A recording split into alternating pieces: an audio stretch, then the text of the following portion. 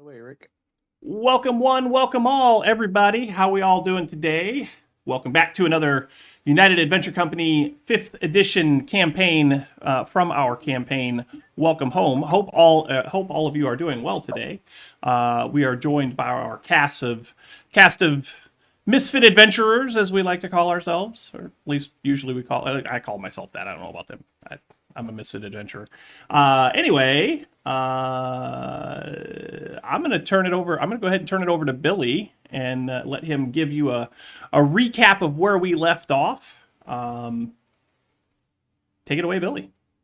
All right. Hey, thanks everybody for tuning in. Thanks to the gang for making time out here today to come and play with us again. Some Dungeons and Dragons 5th edition, a little homebrew campaign. When we last left our heroes, they had just defeated a Githyanki warrior in the in the tomb room of the Sema lost city that has slowly been rising from the ocean. They were just preparing to go down the stairs, and there's one last set of stairs here in this room that they have yet to explore. So we will be heading down the stairs. I think if everyone is, if there's anything else you all were going to do in this room, you've explored everything. Get us over to that room. I think we looted all the things, right? Yeah, I'm pretty sure you all looted all the things, all the bodies. Is there anything left of the Githyanki corpse? No, not really. It's pretty much a humping pile. Okay. Laying in the floor. So there we are, right here by the stairs. Gotta move the map. Yeah, you'll have to move the map a little bit. There we go.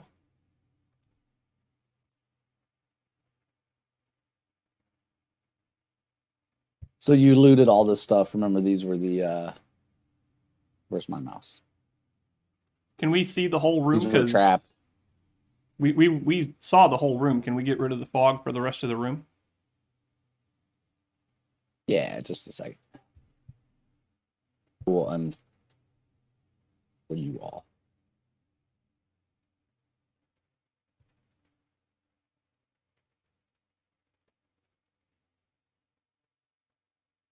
Okay.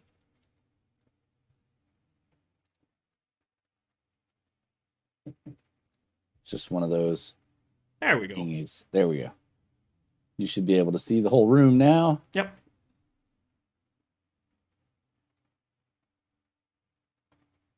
I've cleared all the dead tokens and stuff off the board, so okay. Cleaning up the maps as we go. So is there anything else you all wanted to do here? Remember, you came down this staircase over here. Come on, mouse. Oh, mouse is being done.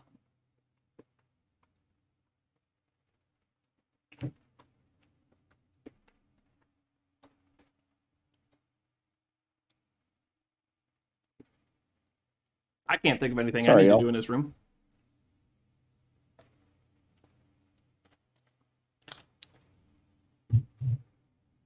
I mean, I think my head's half in a book, so I'm down for whatever other people are doing. No, that's right. I gave you that book so you can figure out, stuff. That's right, the book.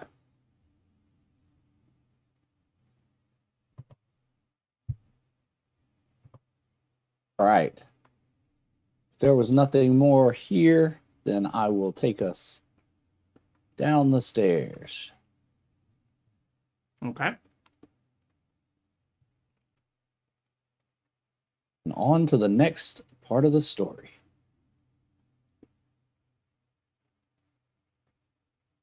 Hold up. Are we in a hollow earth? Maybe. Getting some real hollow earth vibes here. There we go. All right. So as you descend the stairs, there's a soft glow of different colors coming from the bottom of the stairs below you.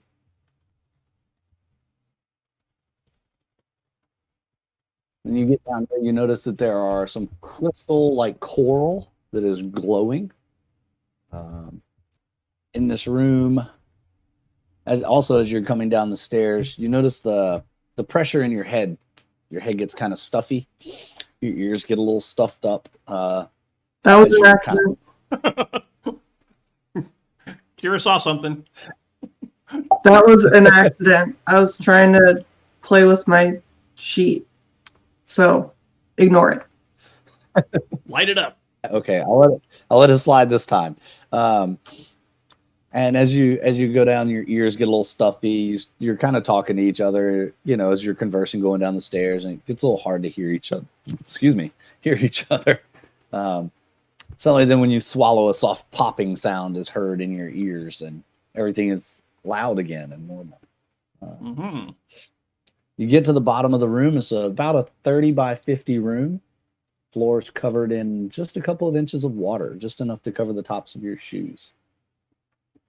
The glowing coral illuminates this room, and there are windows on each side, an open door to your right, and a closed door in front of you.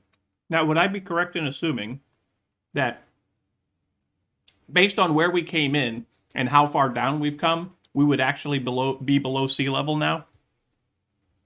Yes. And in fact, if you look out the window, you can see that you are actually on the bottom of the seabed here. All right. Oh, it's water outside. Okay. Mm-hmm. Here I thought we were just in a hollow earth. Well, maybe we are. We don't know yet. I mean, we all know the world's flat. Yeah. But hollow is not yet known. So what are you, a And as hollow you look earther? out, He's a hollow earther, yeah. the hollow earth. Yeah. As you look out the windows on the left side, you see the remnants of a sunken ship, and on the right side, you see the remnants of a column and a statue. Okay. You are completely submerged. As you look up, you can kind of see the light shimmering down through the water, and full of perception. Okay.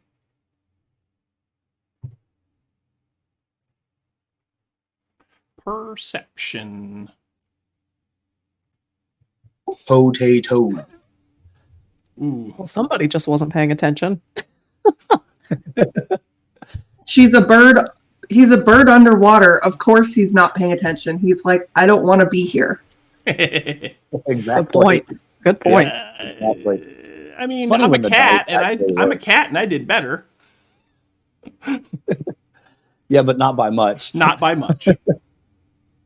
Let's see. Furbolg, Serial. You two notice movement off behind the boat. It was something very large. Bigger than any like fish, but it could have been a fish. Just remember, there's Swimming always a around bigger it. fish. Kind of looked like it was watching you. Nature check, please.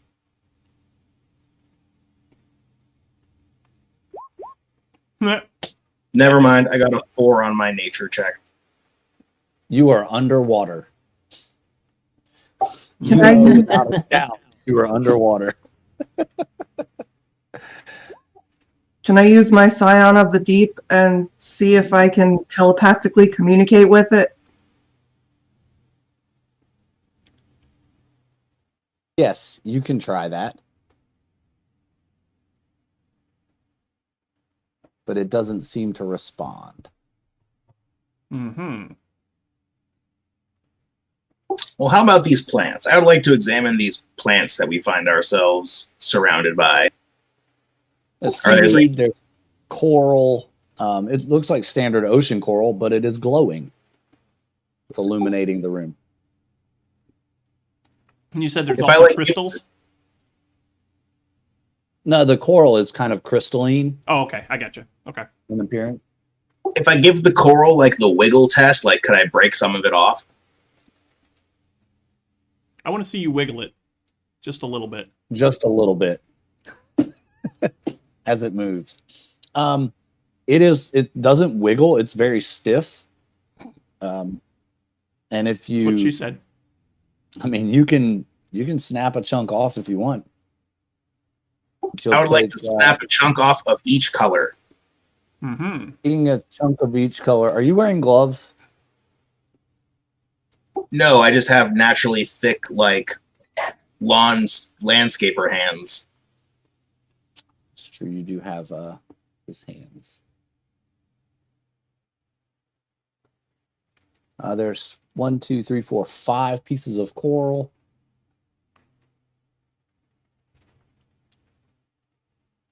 You Uh-oh. managed to pull it off out yourself. You feel how sharp it is, and your escaping knowledge of rose bushes, you equate the same techniques to removing this as you would to thorns on a rose bush, and you're able to remove it without injuring yourself. Way to go, All right. Furbolg. 5 pieces of glowing coral. Yes. So now there is a door to your character's right, and there is a door straight ahead of you. Anything else in this room/corridor of note? Not really. Other than the windows that you looked out, saw the statue, saw the boat, saw the thing swimming around. Don't really see anything else of note in this area. Okay.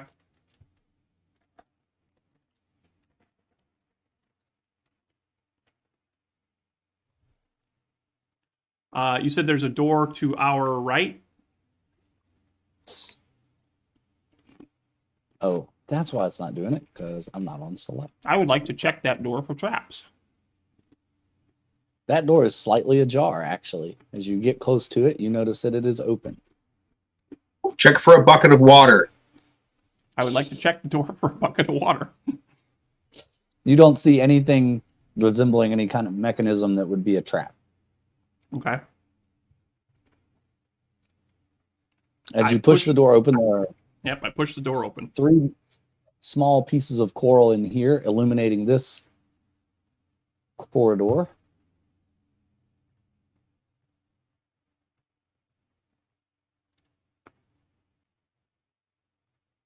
Which is approximately, as you can see, about 25 by 25, 10 by 20, somewhere along in there.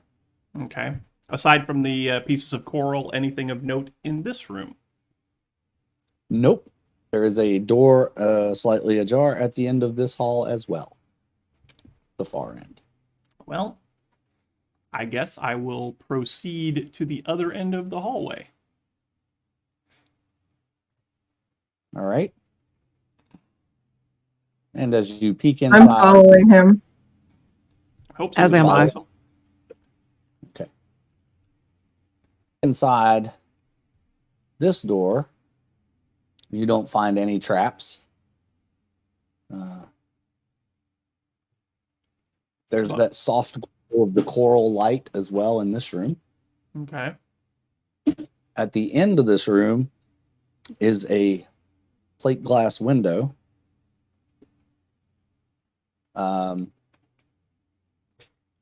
What do I see out the window? See the rest of, as you look out the window, you see the rest of column, the statue, more seabed. What does it appear to be a statue of? It appears to be a statue of a human or a humanoid woman. Mm-hmm. If you had to guess, probably one of the old gods, but you're not a very religious person, so you wouldn't know off the top of your head. I am not a very religious person. This is very true.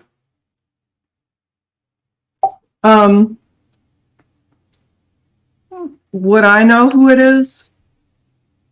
Where'd all my tokens go? Oh, there. It's possible. You could give a religion check or knowledge or whatever it is. Maybe religion. Yeah. Okay. I'm going to. So my thought process is that if we're underwater, it's possible it's a water god, and more than likely I might know who it is, which is why maybe I should have advantage. I like it. That sounds Well, you know logical. that this city was what you've been able to gather. This city wasn't always below water. This city, remember, sunk at some point and then has slowly been rising. Remember, it was Okay, fair. though. I give you points for trying. I mean, that was literally my thought process and why I asked if I would know who it was. Who's the pinging the Little map Mermaid. over there? Not me. However, my religion check was a 22, so I probably know something. Yeah, you probably do know something. You know that this the ancient gods from when the city was on dry land, and probably was. I'm trying to find which one it was. There it is. Looks to be a druidic statue. The closer you look Doesn't at look it, the less Jewish to it looks me. like stone, and the more it looks like a petrified wood. Funny. It didn't look Druish. That's what I was doing, but Billy kept talking. I know. Okay, well, I'm going to share with the class what I'm noticing. Well, I might as well go take a look out the window then. Yep, and you see the same thing. You notice this is a big column. While it's made in the standard like marble style, it's definitely not stone. It's been here a long time. It's petrified wood. You recognize it immediately because you can see the rings of the tree in the cut pieces or the broken pieces. It's wood, y'all. Okay. And did we establish that there's nothing else in this room that's of interest? More coral. Okay.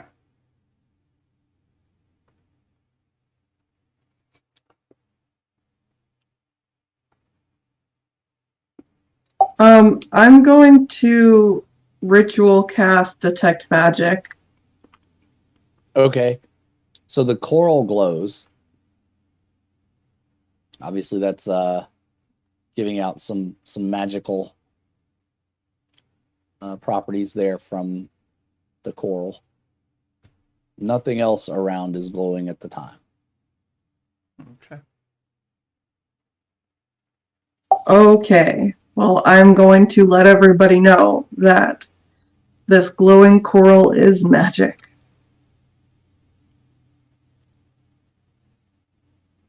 I'm going to start making my way back towards the that main room that we came from. All right, back to the main room. And I take it you're going to head up to the other door. Yeah, might as well. Well, you moved it right as I was clicking it. Oh, Clark's there now, it looks like. Mm-hmm. Is the door open? Is it ajar? Is it No, it's a door. It's not a jar. Jeez. funny?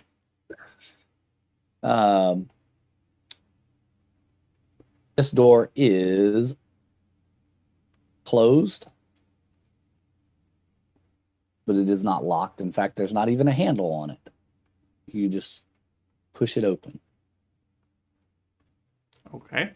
I will push the door open. All right. You push the door open, and the water sends waves through the other side of the room, crashing against the wall. And what do we see? In this room is about yay big. It's about another 15 by 20 room. Okay. Faint glowing coral here. There's also a pile of kelp, some like seaweed growing. Looks like it's growing on the floor, growing up towards the walls. But it's just enough light to kind of see what's going on in here. and then there's a door at the far end. Okay. This room feels a little warmer also. As you kind of get close to this coral, you feel it's kind of emitting some heat, not just light. Mm-hmm. Not enough to burn you, but enough to keep you warm. Anything else of interest or note in this room? Nope, just a big box with 2 doors on it.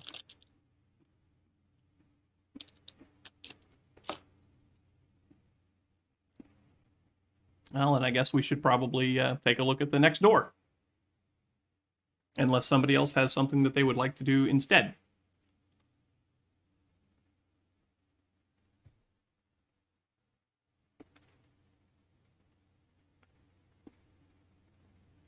Let's do the door. Okay. Right. Door closed. Ajar. Door is closed. The Does it door have is a closed.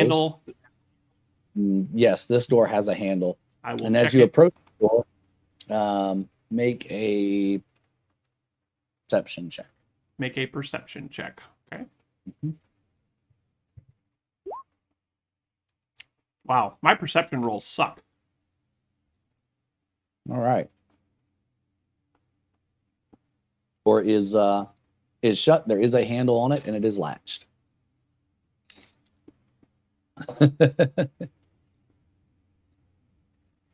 Well, But it's not locked.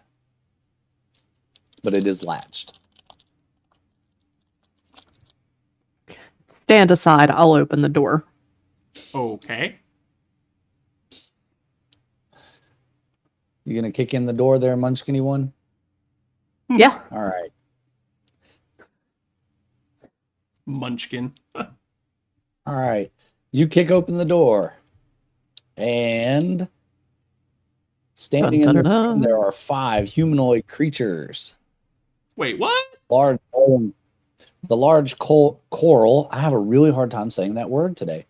In this room glows brighter as you kick open the door.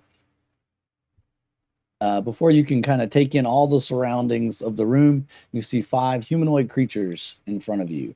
One in each corner of the room and one near center, but behind the centerpiece of coral. They look part fish, part human. They're scaly. No. Oh no! Oh no! Oh no! Oh no! Large stands in the center of the room with a very stern look on their face. We come in peace. Mostly. He's definitely the oldest. This room is about 30 by 30, and there's an open door in the far right corner. And there are 2 closed doors, one at the top of the room, well, at the bottom of the room, and one at the left corner. All right. While the creatures do not look aggressive, they are definitely armed and holding a defensive posture.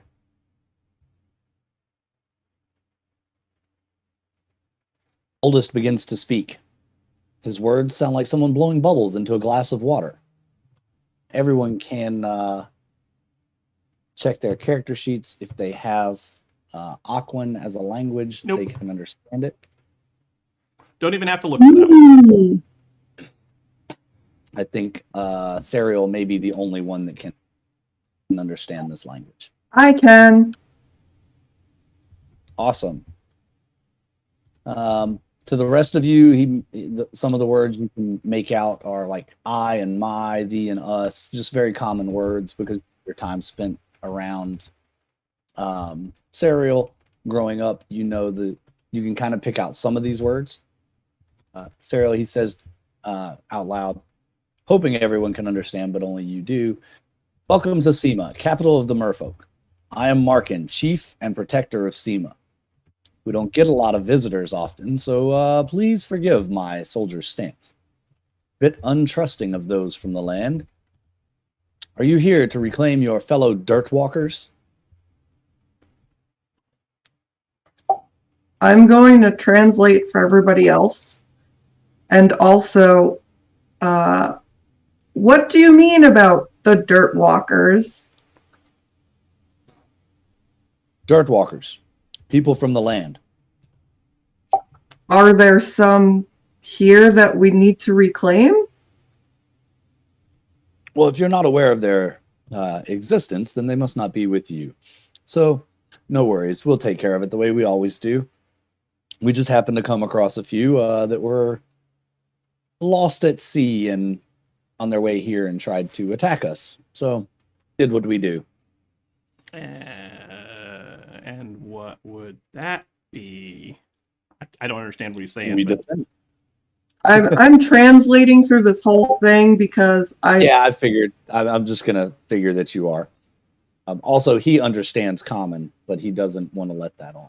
So, Well, he just did. So, well, no, he didn't. That's Okay. metagaming. You don't know that. okay, fine. Well, we defend ourselves, and we have to keep the bloodline fresh. Nothing better than a great warrior.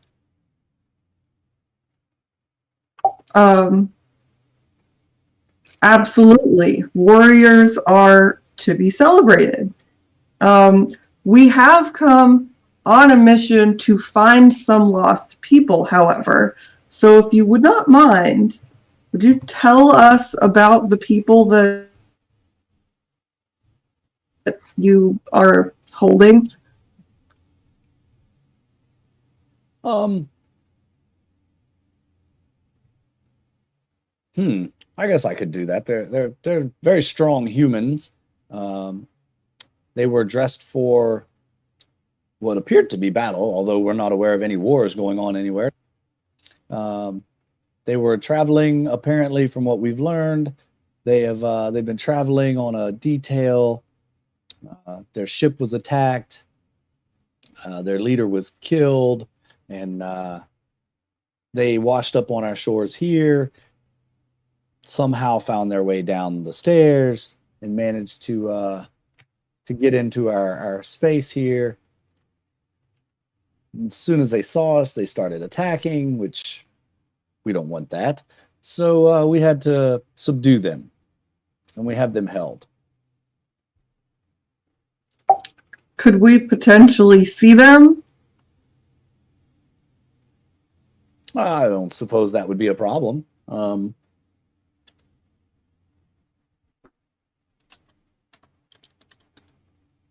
They're a little busy at the moment, but we could make that arrangement. What is It it? would be appreciated. What is it you need with these folks? Are they yours? Because if they are, then we may have to discuss their release. Well, we're looking for one person really in particular, but so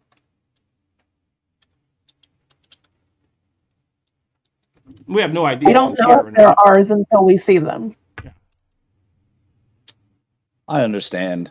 You humans have so many different looks about you.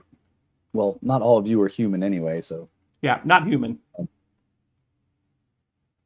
not don't sure think these any of are us your are people. human, are we? I'm humanoid. Well, a lot of us are humanoid. Right. And you got to I'm half they're human. they're very xenophobic race of people. That dirt walkers, everybody that walks on the earth is a human to them. So since these are kind of fishy type people, every time I get close to one, I feel like I'm gonna sniff them. Okay. That makes them uncomfortable, but they don't react otherwise. They just kind of look at you oddly.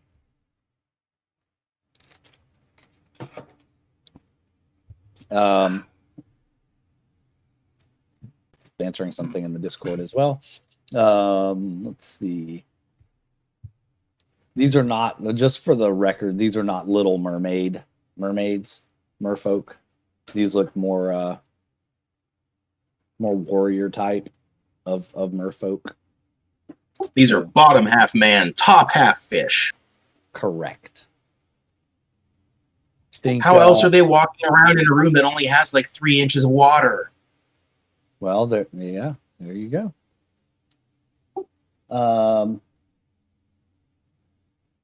So until they are free, how about we sit down, we discuss your journey here, and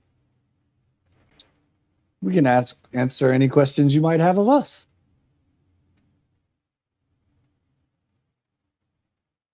Sounds like a good plan. Are they still speaking Aquan, or have we gotten them Yes. to at least speak common back to us? They're speaking Aquan right now.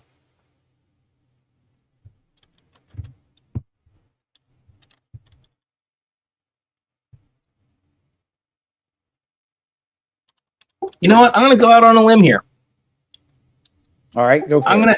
going to ask them what they know about the the buried Githyanki upstairs, but I'm going to ask them in Sylvan. In Sylvan, you say? Yeah.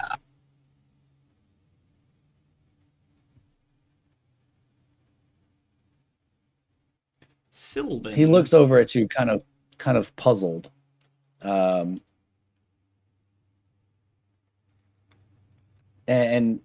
he says in common, "That's a dialect we haven't heard in many years." I So I say, understood him. He's speaking common. I understood him. Now you just had a babel fish swim in your ear. oh, of course. No, you can all understand him now. What were you going to ask, Mike? Oh, I was going to ask if he knew anything about the warrior entombed above us. Previously entombed above us? He's still entombed above us. Right. Gotcha. All right. Oh, yes, the Githyanki warrior. One of the greatest races of warrior ever to walk the land. Mm-hmm. I kind of snicker a little bit. Mm-hmm. Yep. That seems accurate.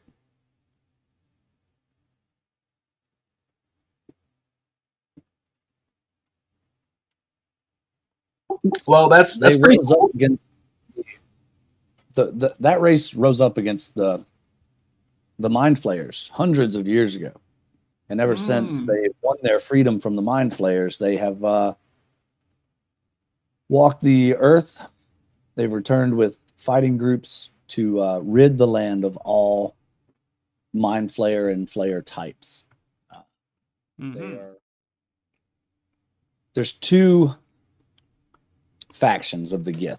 They have the Githyanki and the Githyanki. The Githyanki, sorry, I'm mixing them up because they're very, very close. So I'm mixing them up. The Githziri and the Githyanki. The Githyanki were more of the fighting warrior type, and the Githziri were more of the mutual agreement and peaceful folk. So the two factions didn't see how they could coexist on the earth. They broke into two different factions and addressed the issue in two separate ways. Mm-hmm. This city was once their city, and when the gods sent down the Great Strike, it created a ocean, as I'm sure you're well aware, and the Githyanki left. That was the tomb up above is the tomb of the greatest Githyanki warrior. He had slain many a mind flayer and led his people to a great freedom in the war. At this point, I lean over to Brata and I say, I guess you're pretty badass, huh? Indeed. Indeed I am. I just kind of like cross my arms and smirk. Well, I'd love to learn more about these people. And in particular, I found a book that is very similar in dialect to Sylvan, but I'd love to learn more about it. So if I could learn about their language, it would be much easier to read this book. Mm, the lost language of the Gith. Yeah. Um, there's very, very few people in the world that would be able to translate that for you. It's possible, but very few. You may be able to find a Gith and talk to them. Uh, I have a question. okay, cat thing. My name is Vale. You can call me Vale. I have a question for you. Why are these islands rising? The water level's not falling. The islands are rising. Ah, yes, it's the balance, right? Nature has to be in balance. I'm sure you understand these things, and I don't know anything about as nature as other the than I eat planet nature. changes, and the seafloor will rise and fall. It's happened before. We've lost islands and gotten new ones. It's just the way it is. Uh-huh. It's the ebb and flow of nature. It just seems to be moving at a much faster rate than normal. Yes, that is something that we have noticed as well. Typically, these things take hundreds of years to even raise as much as we have in the past year. Um, we're concerned about it, but we haven't found a source yet. Uh-huh. Our fear is that there is some great force from beneath the earth that is rising and trying to break out. I don't think I've ever heard a story that involved those words and didn't end badly. Very true. I'm pretty sure I've never heard a story that didn't end badly.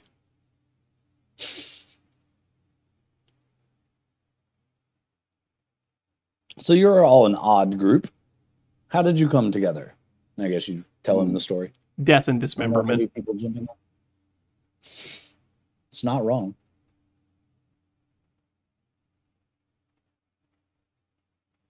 Yeah, pretty much all of our families were killed when we were kids, and so we grew up together. Right on. That's always fun. Great way to make new friends, right? Uh-huh. As you're talking, another merfolk walks in and leans over, speaks to the leader here, Markin, and he says, we've just finished our last round of questioning. So, if you'd like to accompany me, we can take you back and show you to the other guests that we have. They're calling them guests. I see. Okay. Rather than walk you all through the entire place, I'm just going to reveal the map. Okie There's dokie. nothing secretive of the rest of the map. And then I will just drag us all to where we need to be. Okay.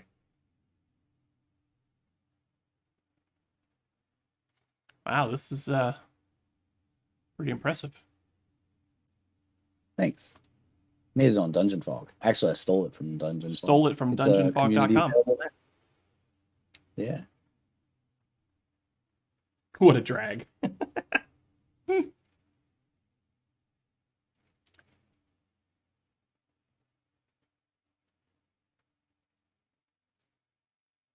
So we would have been here, and we would have followed along this way, down through here. Whoops. Down through here, down through. Okay, I see how we would have gotten there. So now you know how to get back, Yeah, just in case. right? Just in case. We need to make a fast exit. So in this room, there are 4 columns that resemble the 4 columns that you saw up at the very top layer and that have carried through every layer.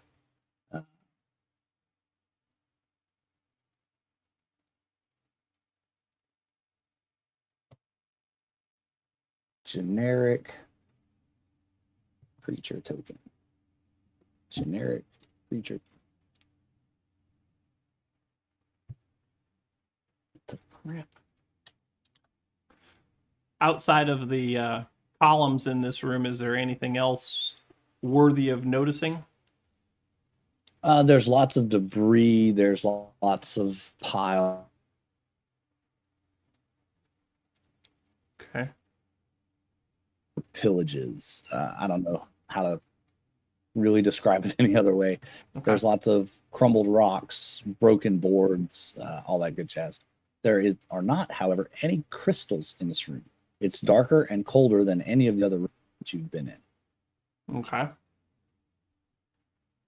The window panes are shattered out, yet the water is not rushing in. And you notice, Sarah, your detect magic is still going, and there's a shimmering light in the void of the window pane. So like some kind of magical force field. That's right. It's Atlantis. You figured me out. You figured me out, chat. Tell you what. Arkin says, well, here are the two. There were three, but one of them, he didn't make it.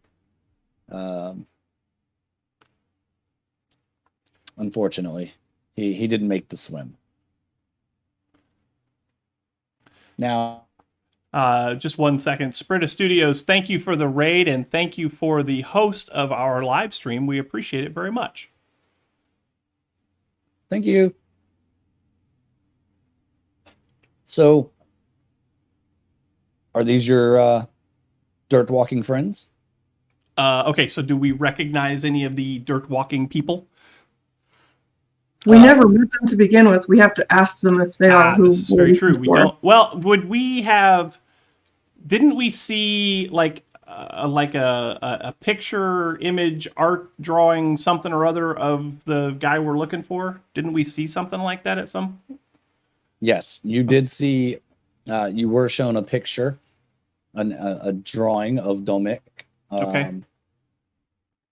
So, do any of these folks look like him? No. No, they do not. Okay. Well, these don't appear to be any of the people that we're looking for. Do we do we feel like we do we feel like we should talk to them and find out what their story is and help them? Well, maybe we don't want to help them, but we should find out. We should be nosy and figure out who they are. Sure. Why not? One of two things is going to happen. Either this is going to end well or it isn't. So that's the options all the time. Right. So yeah, I mean, you got a 50-50 shot of this thing going straight down the tubes and you're already at the bottom of the ocean. So how much further can you get? Right. We're surrounded by water. We have one exit path. I say go for it. Let the chaos reign. What could go wrong? Who wants to ask questions of the prisoners? They're not prisoners, they're guests. Okay, who wants to ask questions of the guests?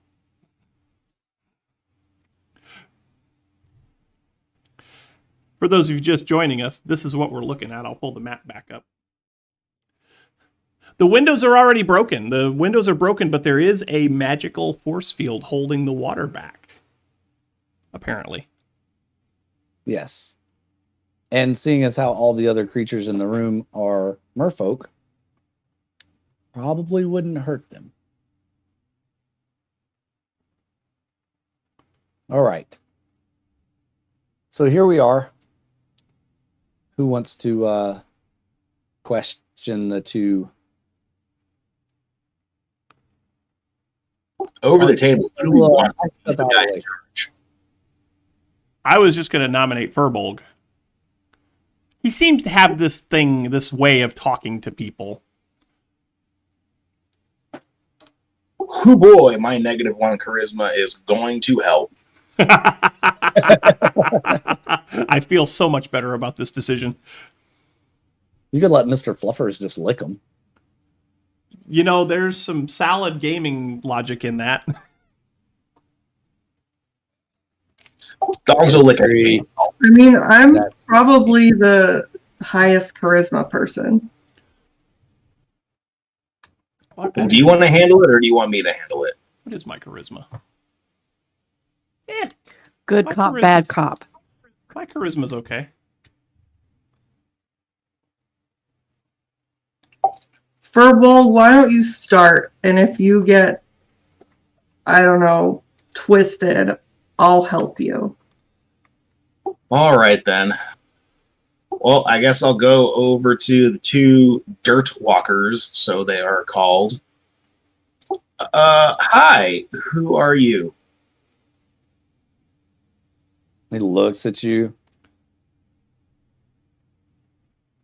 Did they send you? Who? I don't know who you are. We obviously came looking for someone. We work for the house story. Oh. Did they send you to finish the job? We don't know who this house story is. Sorry.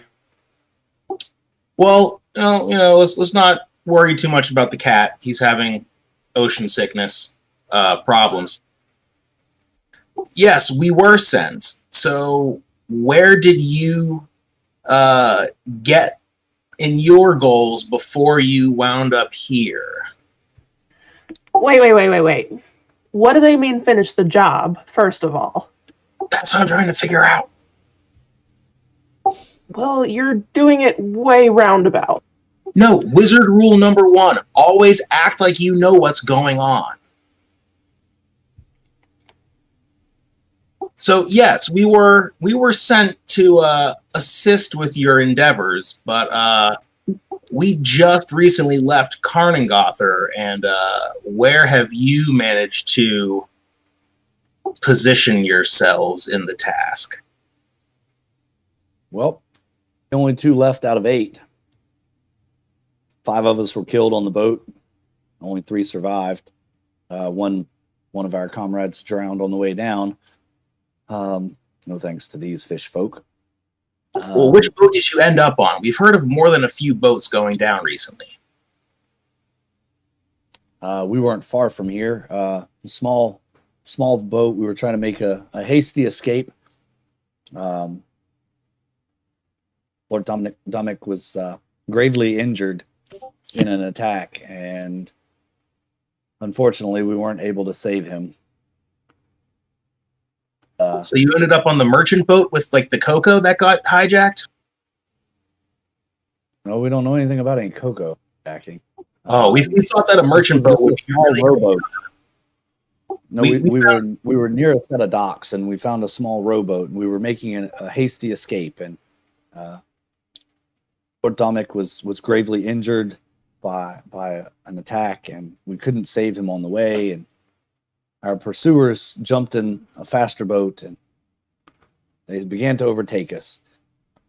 They sunk our vessel, and folk came along and tried to help us, I suppose, in their mind, and here we are. So you were attacked. Attacked by who? Never saw him enough to really get a good idea of who they were.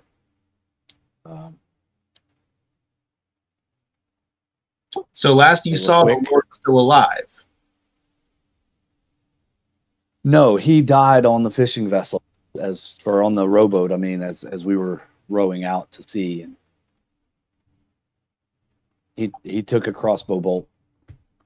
To the knee? It was an expert shot right through the weak point of his armor, under his left armpit, right into the side of his body, and it's a 1 in a million shot. Someone really. This was an assassination attempt, or an assassination. It had to be. There's just no other explanation for it. Well, another explanation would be that one of you in the boat stabbed him with a crossbow bolt. And for what reason would we have to do that? Money? Also, over the table, see, now I know that they weren't trying to kill him at the behest of Lady What's-Her-Name with the boobs. The Or lady with were the they? boobs. We don't know that. Exactly. We don't know that. I'm gonna make Well- I'm gonna make an insight check, see if I believe him. All right. I will also do one since I'm questioning them as well. Oh, my insight is horrible. That's not bad though. You beat me with a -1 when I've got a +7, so yeah. Actually, you do buy his story. You don't think this was an inside guard job at all. You buy his story. And then over the table, Lord Dominic is the story kid, the one we're looking for, Yeah, right? that's who we're looking for. Yes. Yeah, that's who you're looking for. All right. Well, I guess we found him, sort of. Where's his body at? Did I Probably miss somewhere that? at the bottom of the ocean, being eaten by fish and sharks and all kinds of other creatures. These folks wouldn't help us go find him, so Uh-huh. Okay.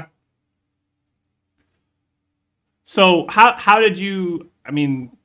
How did you guys end up here? Did the boat just crash here, or what? kind of. As the boat was damaged heavily and was taking on water, we happened to see the island and rowed as hard as we could. Some of the men jumped out of the boat, just didn't think they were going to make it, which actually helped us make it to land because less weight in the boat. Uh-huh. We rode higher in the water. But that's how we ended up here. And the next thing you know, we're downstairs here and wake up and we're surrounded by these fish folk, and they're talking about reading us off and have to keep the stock strong and all this stuff, and we're very confused. Well, I'm a little confused too because we basically just walked right in and they led us right to you, but they took you captive for no apparent reason? Well, apparently the reason is, and about that time, Markin says, "You know what? That I think that's enough questions. These obviously aren't your people, or you would have made some offer to take them by now. So I think it's time that you all get going." These men serve the rulers of one of the local land kingdoms. We don't know them personally, but it may not be to your advantage to kill them. Last time I checked, I don't live on land, so I don't care about land kingdoms. You're in my kingdom now. This is my ship now. I am the captain. Do we want to help these folks or no? How concerned would you be about a war, though? I'm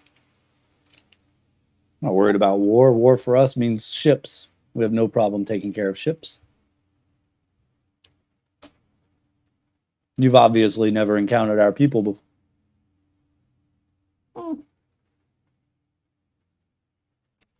Uh-huh.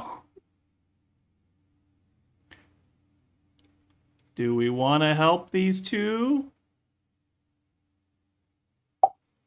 Is there anything in it for us if we do? Apparently they work for House Story. There could be some coin in it for us. The safe return of mercenaries.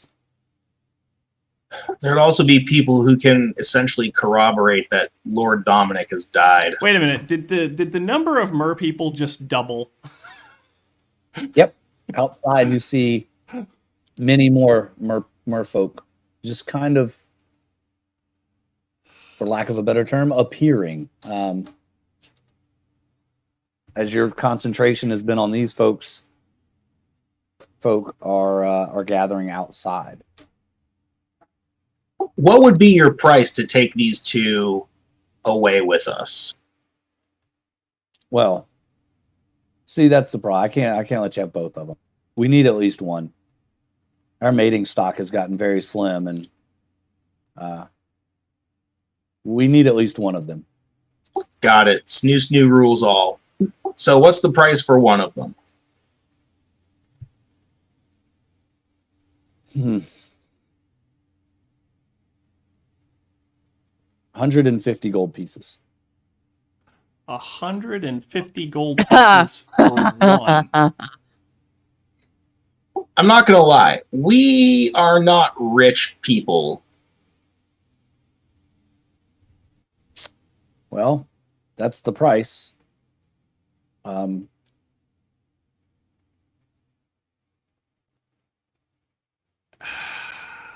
you guys think we could get reimbursement from House Story? Like, do we need like a receipt for this or something? I don't think Doubtful. Oh.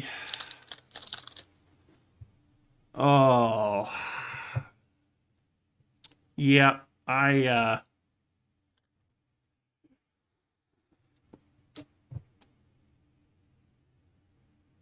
Brata's not going to turn away from a fight, but as far as she's concerned, this doesn't concern her at all, and she really does not give a shit.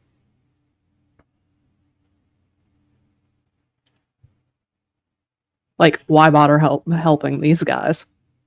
She just kind of shrugs and so there's that. Whatever y'all wanna do. Unless there's something more value you have.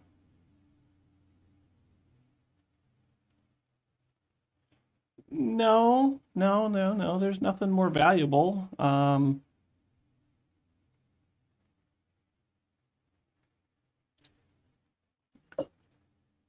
Did I hear you correctly saying that you want to use one of these individuals to mate with? Well, ideally, I'd like both of them because they come from different families, so diversifies the mating process. Which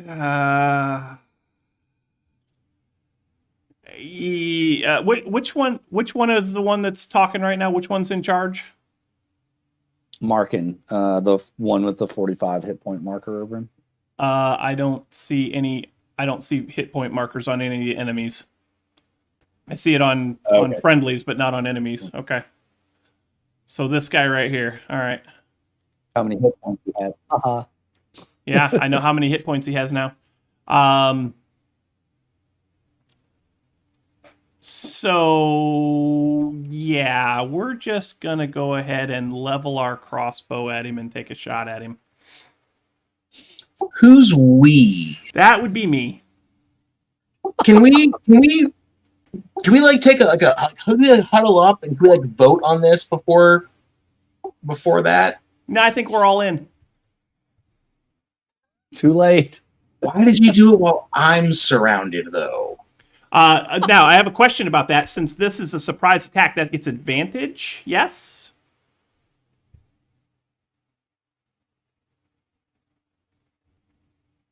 He is engaged. Yeah, he's talking to Furbo, so he's not really paying close attention to you. You would have surprise on him. Okay, so I'm going to go ahead and roll that again. Actually, let's just do this. Let's just do advantage and then that.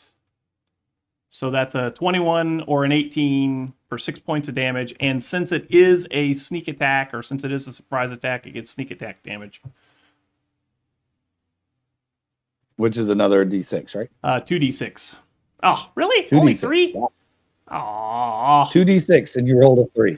Good job. So 9 damage. The 21 hits. 9 damage.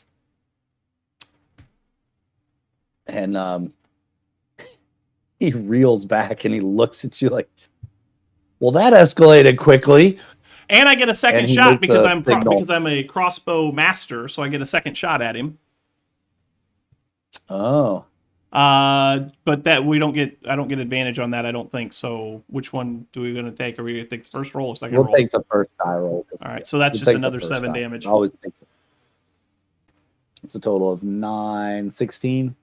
Yes.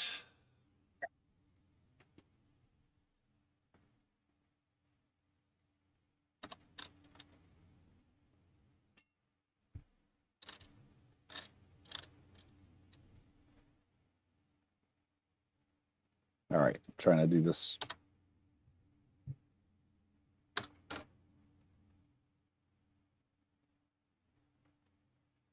Okay, close enough. I know what it says. All right. And about that time, you all just, Brata and Serial, you hear 2 crossbow bolts whiz between the two of you. Just an expert shot, and both of them land deep into the mermaid captain. And he reels back. Well, that escalated quickly. Why'd you do that? There's no need for that. Oh, yeah, I think there is. And he makes a motion, and his merfolk move forward. They move in and draw their weapon, and it will be initiative. Vale, what are you doing? Well, you see, we're not gonna let people be used at. Oh, I forgot to select my token. Dang it! We're not gonna let people be used as just mating property. Not gonna happen. Sorry, not on my Did you watch. ask the guys what they wanted? Why not? Why are you making decisions for them? Like, 'Cause can we talk about this before we just attack people at random? Like, they didn't do anything to us. Yeah, I I mean, don't. I'm Yeah. just standing in the corner holding my hands up like, I'm not attacking these people. They didn't do anything to me. I don't speak for this damn cat. Yeah, I'm not gonna lie. Over the table, my combat strategy here, I think, is going to be let the cat die and hope they don't kill him. Yeah, I'm all for it. Okay, fair enough. The cat has gotten All the us joys of playing so an much evil trouble. campaign.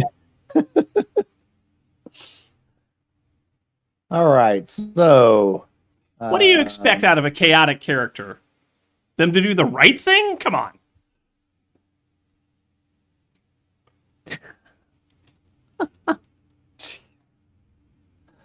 Oh, let's see. Dex plus 1.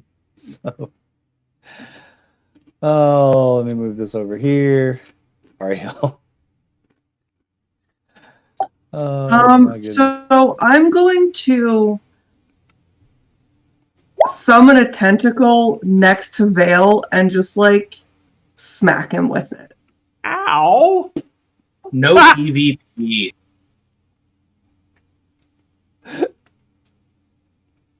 Why? Why? Oh, Why man. would you? Well, never mind. Why did that not add his whatever? The dog gets to go first. Yep. I'm going to rearrange these. Burp. Burp. I just want to If see. you right click, you have it automatically sort the initiative. I just want to see Brutus off in the corner chewing on a merfolk. Oh, yeah. Can we see that, just please? Can we just please see that? Billy, Yes. do you want to switch my initiative to 13, not 20, since the first roll was 13, but I didn't have my token? Nah, we're fine. Okay. And I actually am like casting Grasp of the Deep on Vale because that was not cool, dude. All right. So you're going to try to do what? Grapple him with it or what? What is your intention? I'm just summoning it next to him and like smacking him with it. Okay. Well, roll for your attack. Roll you for your attack. Yeah, that hits. now. I would like Wow. to ask the merfolk leader if we could take one of the people back in exchange for the cat, and they could just have weird catfish babies. Catfish babies. No, we're not going to do any kind of exchange now. The negotiations have taken a turn, I see, and it would appear one of you speaks louder than the rest. Who's actually the leader of this group? Not the cat. Anybody but the cat. We don't like Brata. trickery Brata is here. the leader of this group. I I just nominate kind of Mr. look at Fluffers. the cat. He's clearly the most charismatic of us. Mm-hmm.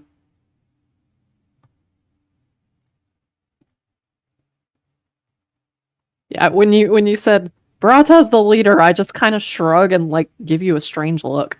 Oh, damn it. I thought I could So count that on you takes people. 8 points of damage. Yeah. So it is Vale's turn. What are you doing, Vale?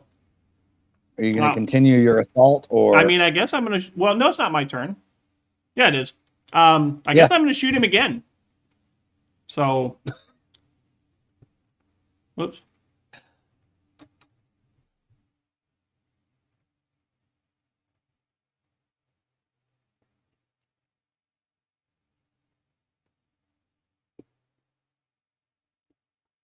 It's 18 hit. 18 hits. Yes, an 18 hits. Okay. Sorry, I was looking at something. He's not. Is he technically engaged? So, I'm gonna.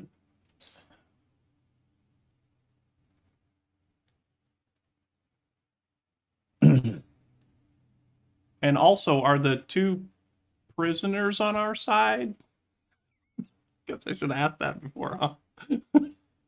I doubt they're They armed look- or armored or like more than barely standing. Yeah, they're stripped of all armor and weapons, and they're basically just wearing their underclothes, and they're in shackles. I'm surprised their dongs aren't flying out. I mean, this was supposed to end in mating. Anyway, so I'm guessing he's not engaged with anybody, so I don't get sneak attack. Yeah. Correct. Okay. Well, that is my. So I'm going to use. Well, I get a second attack, so I guess I'm going to go ahead and do my second attack then, and shoot him again. Because why not? Because kill all the things. Kill the leader. Always kill the leader first. Right? All right. I mean, yeah, you always kill the boss first, especially when the DM rolls a poor initiative for the enemy. Mm-hmm.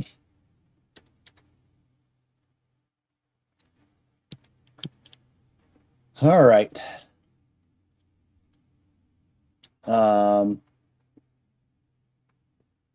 He's not very happy, and neither are the merfolk around. Tata, it's your turn. All right. So I am going to, if I can select my character. There we go. I'm going to run up here in front of Furbolg. And I am going to take a swing at the leader. I knew Oh, Brock would boy. have my back. Oh, I'm not going to turn her away from a fight. Actually, first I'm going to rage as my bonus action. Nice. See here.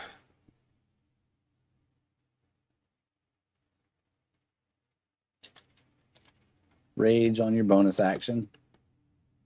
All right. And then I am going to swing my longsword first.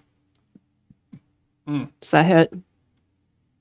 The 10? Probably no. 10 does not hit. All right, and then my offhand for my warhammer.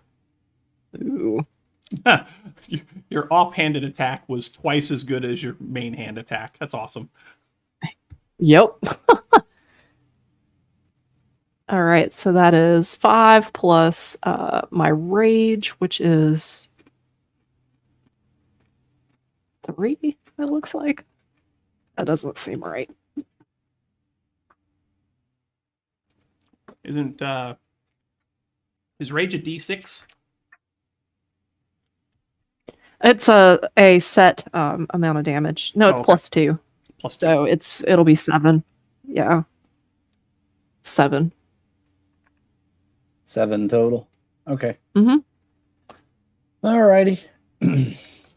He's still standing. You knocked some scales off of him, though. 9. Next. Oh, wait, hold on. Or do you have another action? Let's see here. Actually, yes. So, Divine Fury. I'm going to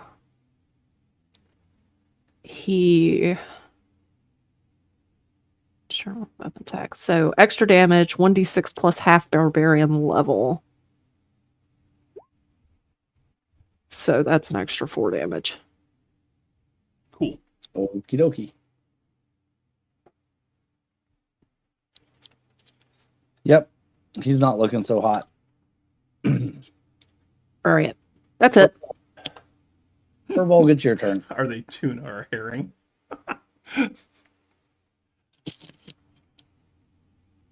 Okay, I'm going to use my Furbolg racial ability, Hidden Step. As a bonus action, I turn invisible. And I'm going to walk back into this corner here next to Clark. Using my free item interaction, I'm going to say, are we fucking doing this? Barracuda.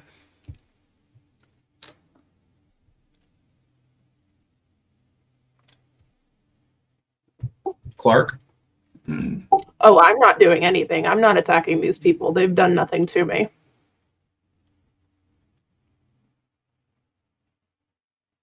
All right, well, I guess I can see what is happening for a little bit. And then I'm going to use, as my action, one of my other Furbolg abilities to cast Disguise Self on myself While you're invisible? while I'm invisible, because it's not making an attack, a damage roll, or making anybody take a saving throw. Right.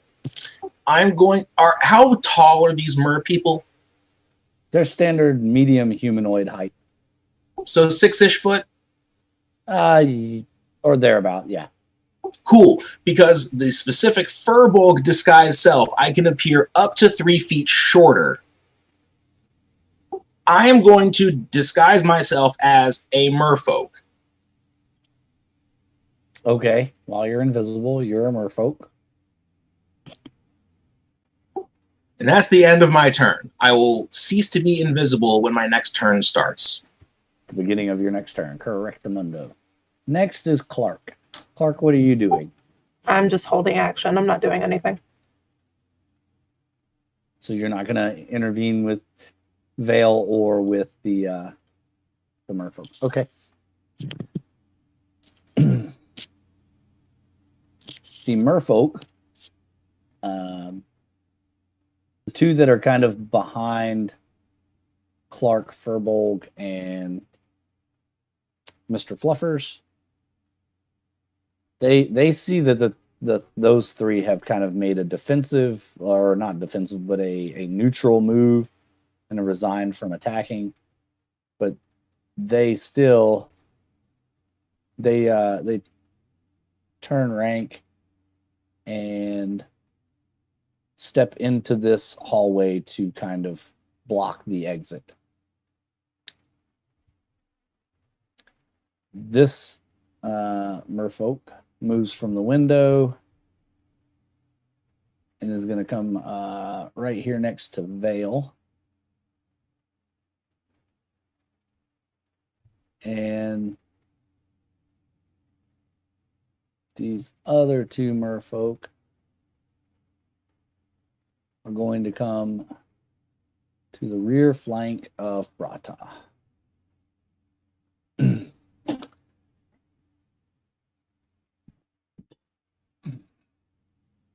Now,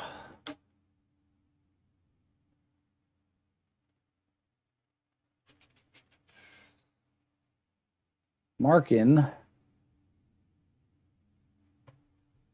his rattling breath,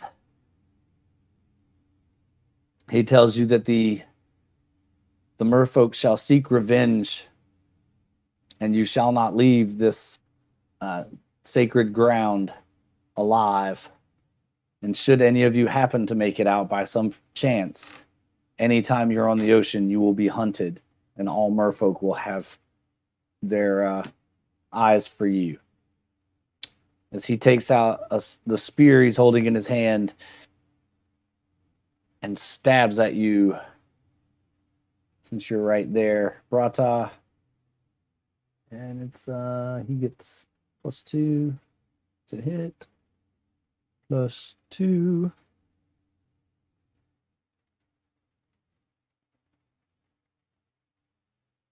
That one misses. Second attack. He tries again, and he critically fumbled. Stabs himself with his own spear. He stabs one of the prisoners. Oh, shit. Damn it. And does 3 damage.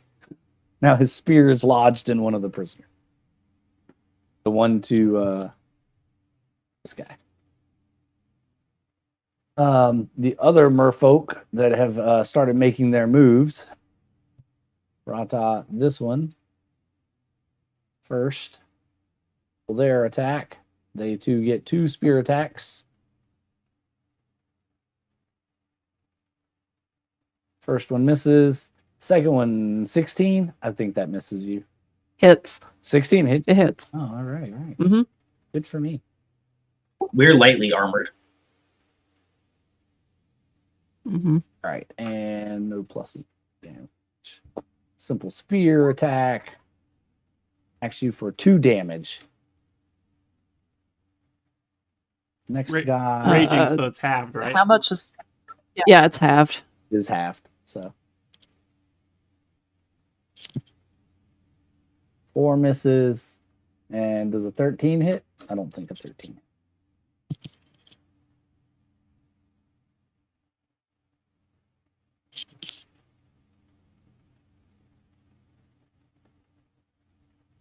All right. Vale, your neighboring merfolk. Mm-hmm. He's not going to stab you. Instead, he pulls out a net and tries to net you. Okay. A 12. Does that Is that a straight attack against armor class, or is that a dexterity save? going to be a dex save? Dex save. He's throwing. Oh, that's all right. Oh, I failed my dex save. You have been netted. Okay. All right. So he nets you. You are basically considered prone, so a disadvantage for everything, and your movement is. Okay.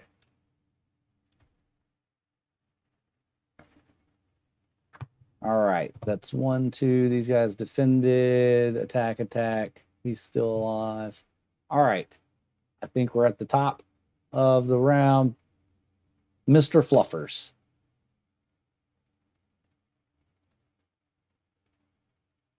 Mr. Fluffers lies down. Mr. Fluffers lies down. Okay. Serial. Stupid dog. You've never been nice to him. What do you want him to do?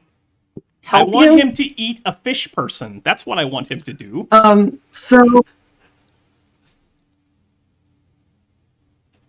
So the merfolk are only attacking Brata and Vale, correct? Mm-hmm. Currently, they seem to operate on predator rules. Okay. Did they react to my tentacle coming out of the ground? Not really. It's probably like Tuesday for them. Remember, these fish people have been here a long time, so they've seen a lot.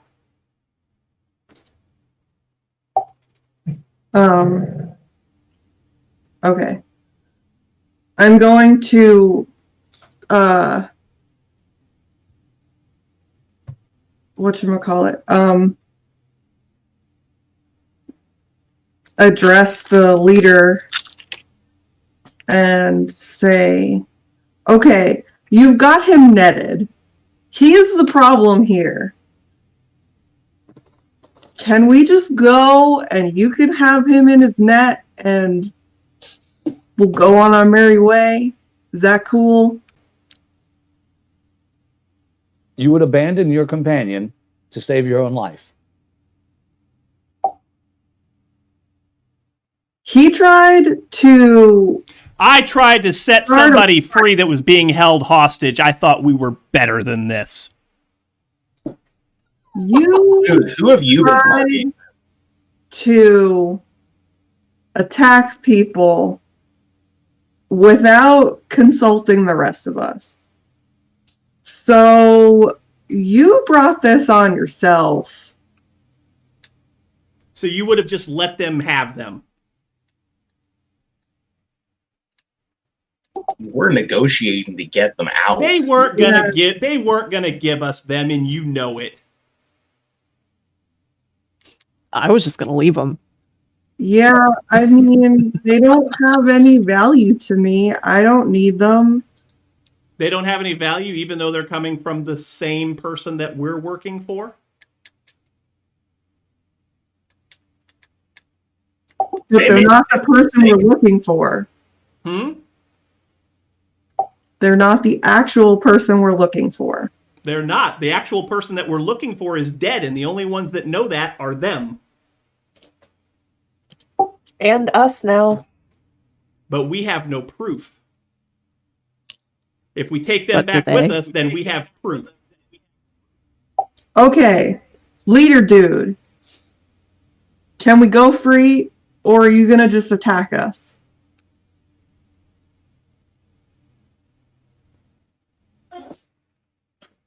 Well, I see we find ourselves at a bit of a quandary here, because seeing as how you attacked us first, we're quite within our rights to defend ourselves here. And you're denouncing the antics of your companion who clearly tried to assassinate me. And you think that should just go unpunished? We're giving you the person who started it all. We are clearly not following him in any capacity or agreeing with his actions. This other one is. So two of you are in cahoots with one another. This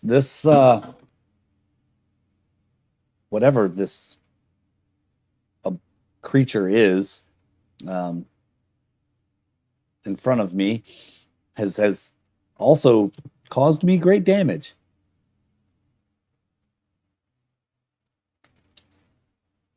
So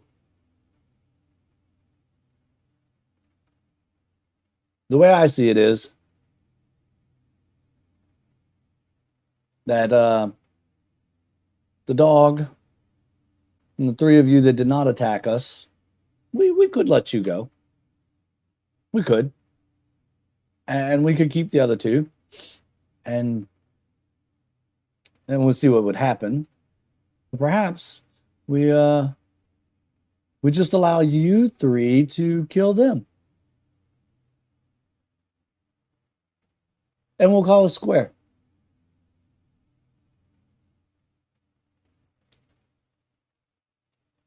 You see the choice that they give you? Okay. So the Either way, at this point, conversation, how does the conversation that we just had factor into my actual turn? Longest Conversation. 6 seconds of your life. Yeah. yeah, it's the longest 6 seconds of your life. um,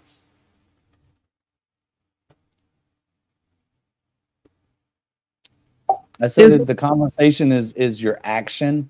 So if you have any bonus actions you can do, you could use those, but the conversation is your action. Okay. Well, I'm going to let my tentacle attack the merfolk over here. They're outside the wall. I was So going to ask you that if they were inside or outside of that wall. they're still outside the wall.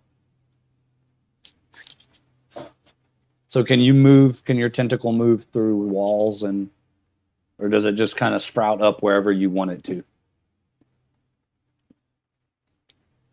I can move it up to 30 feet and repeat the attack. So I'm going to actually move it to the other side over here and then attack this one.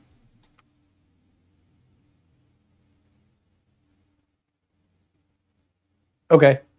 So you're going to move it over here. And Does the attack. 12 hit? Yes, the 12 hits.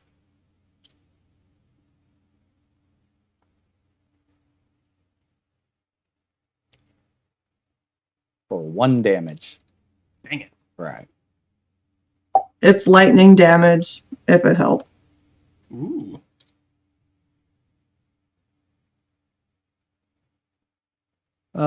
No, they don't have any vulnerabilities to lightning damage.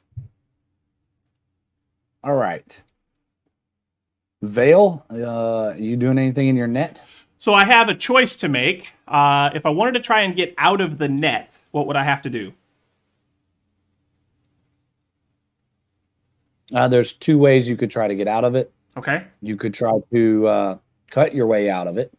Okay. Or you could try to find the opening and dex your way out of it, but it would be at a pretty high DC. Just a straight dex check. I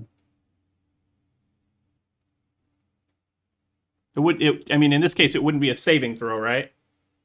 No, it wouldn't be a saving throw. It would be a dexterity check. Yeah. Okay. Not a save. Or So. I could attack at disadvantage. Attack at disadvantage, and then you'd have to use, damage it enough to cut through what looks like kelp or seaweed bound rope.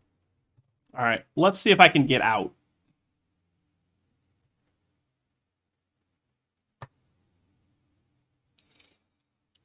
That's not going to do it. Okay. You do a nice little flip inside the net, though. Sweet. I like it. Okay.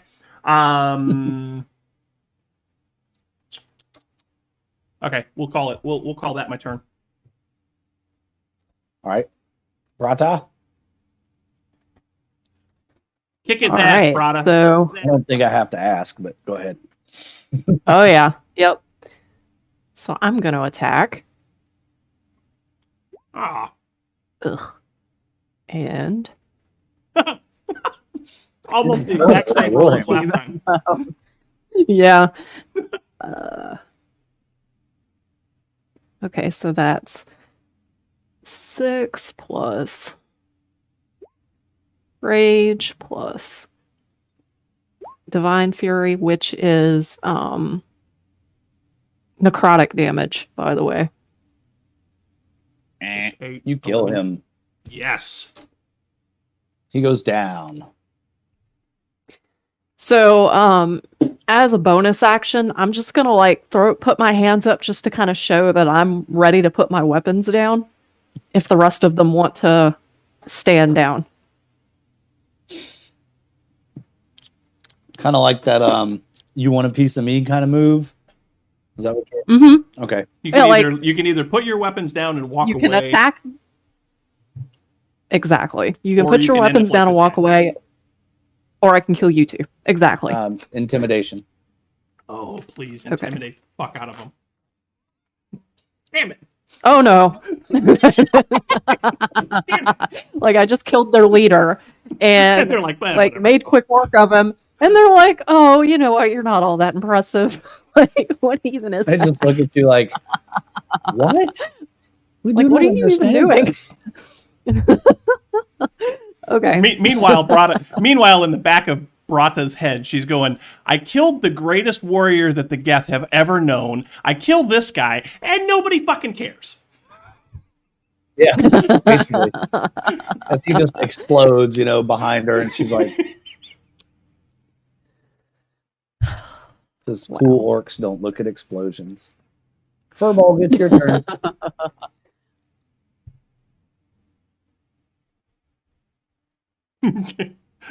Well, I reappear as a merfolk.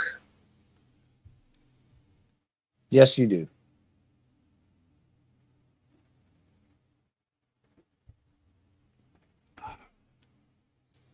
Well, I guess I'm going to go back to my moral compass and talk to Clark again real quick and to say, do we even have a choice at this point? I mean, it depends on what the other merfolk are willing to do without their leader. Good point. Okay, so are we good now? Like, could we just leave, or...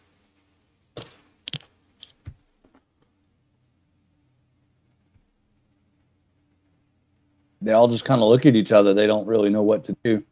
And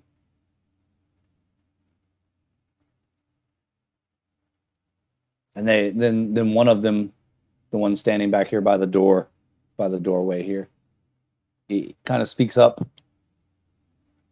and she says, "If you leave now,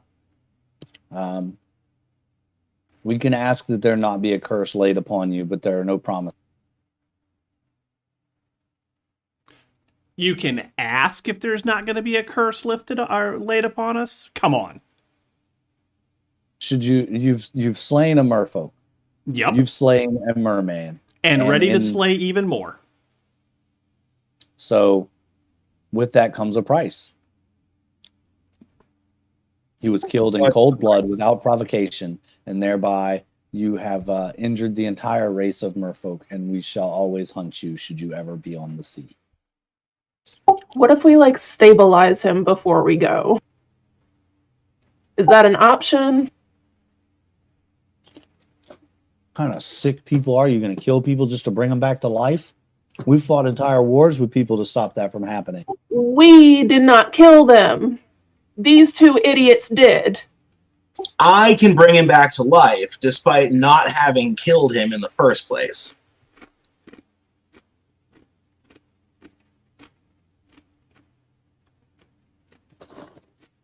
So I guess I'll drop cure wounds on him. I'm even gonna upcast it. Oh wow. So I'll heal the Merman King for 14 damage.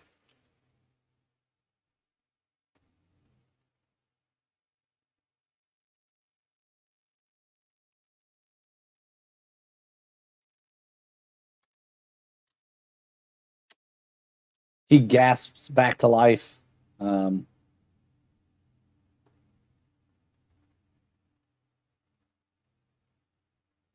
Why is there still a red X on him? Well, but somehow the red X got clicked. He gasps, flops in the water a little bit, and comes back to life, like not to life, but wakes up. Consciousness. Comes back to consciousness. Yes, thank you. Struggling with words today, like coral and consciousness. And he kind of looks at you like surprised that you would have healed him after your party members killed him. And he said he was just speaking to Yes, Istra. Stab him again. Said he was just speaking with the gods when he felt a hand grab him and pull him back from the brink of death,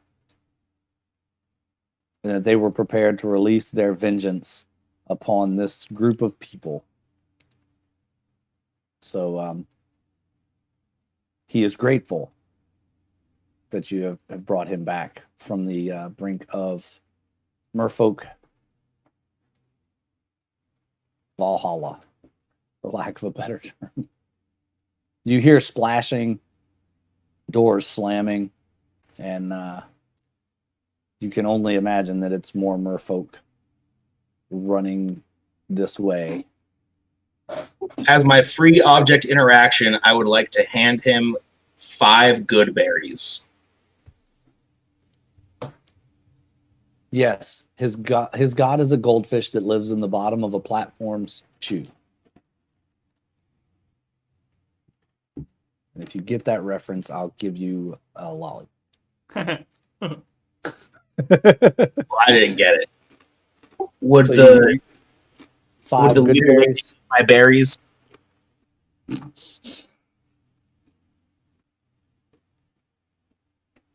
Sorry, I don't know why I found that funny. Yes, he'll eat your berries. That's 10 more points of healing. He's looking a lot more refreshed now, and he thanks you graciously for helping him heal his wounds. And he says he will. He asks that you allow his people to escort you back to your ship and off of this island, and you should never return. I thank you for your generosity. And as a token of good faith, we are going to send some more warriors for your purposes.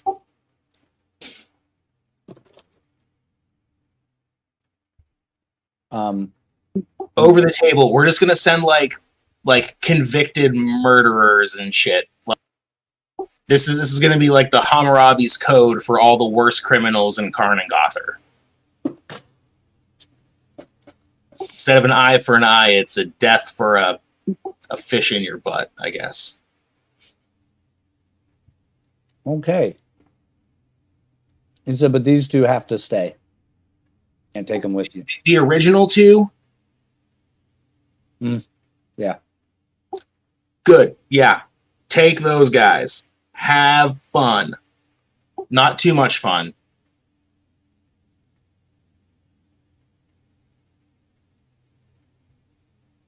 All right.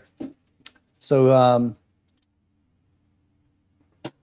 he does ask that you all keep your cat friend in check on the way out, and not allow him or your other friend to slaughter any others, or the deal's off and he will not allow safe passage off the island. I just kind of shrug and go, "You fought valiantly," and then turn around to follow everybody else out. Nice. All right. So a procession of merfolk basically are going to lead you back out, Mm-hmm. all the way back out. So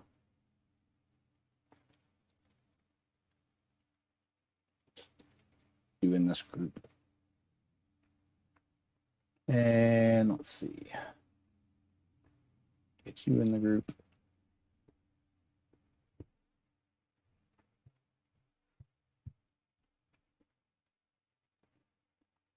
There we go.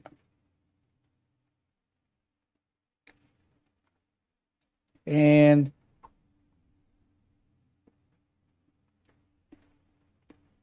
away you go. You back to the room with the staircase. Mm-hmm. And then where are we? I do like the new scroll map feature in Roll20. It really helps things a lot better. and then back up to the room above. And in the I room don't above, like this room you've put us in. in the room above, where you just left earlier was empty, you see that there are quite a few of, looks like Githyanki skeletons, and one very, very angry looking Githyanki. A live gift Yankee? It looks like it, yes. The merfolk that are with you, hold on, let me do that. Delete. Remove y'all from this map so I can put the procession on. Boop.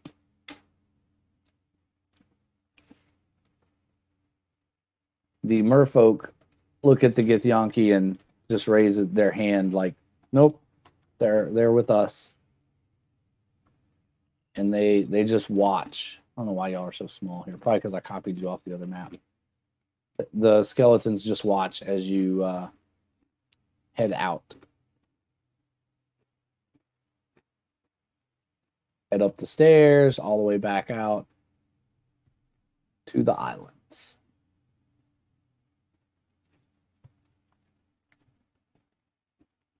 And ta-da, you're back on the islands. Somewhere, where's your boat? Forgot which. You guys landed at the center island, right? Yeah. Your boat's gone for whatever reason.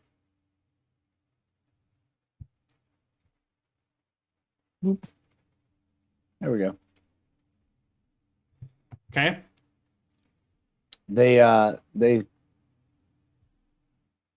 leave you here and head back into the temple area, and they start going their way.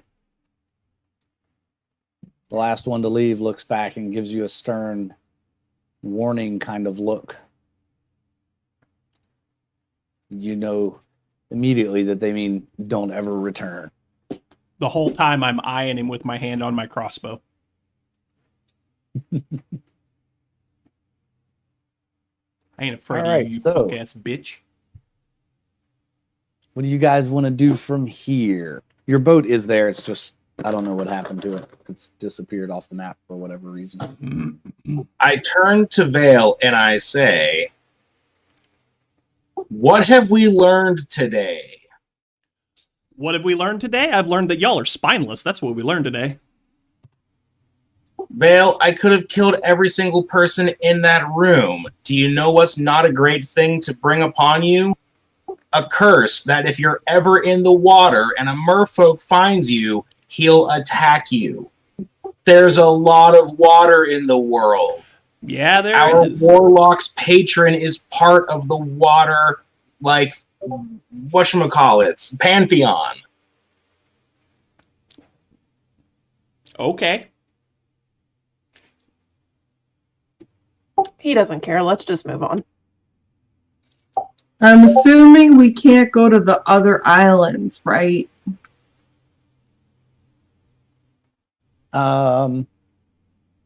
You can go anywhere you want, but you're pretty sure that all of these islands are kind of the same land mass, right?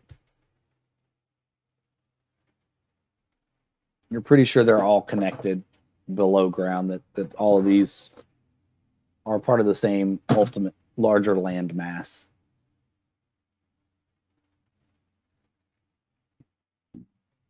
Mm. This has been fun. I'm glad I had popcorn for this session. Uh-huh.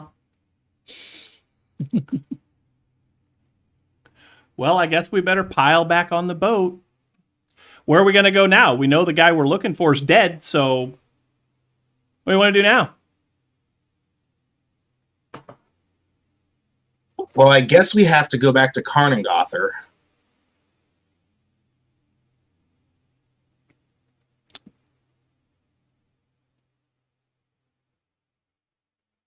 Can't wait to have that conversation. Let's go.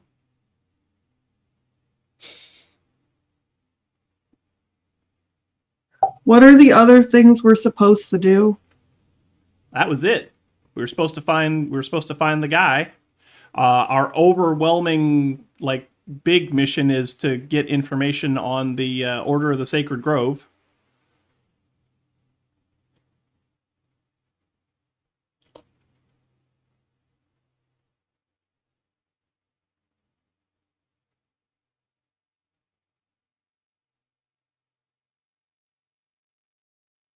You notice that The last time I made a decision, y'all didn't back me up, so you can make this decision on your own. I'll just go wherever you tell me to go.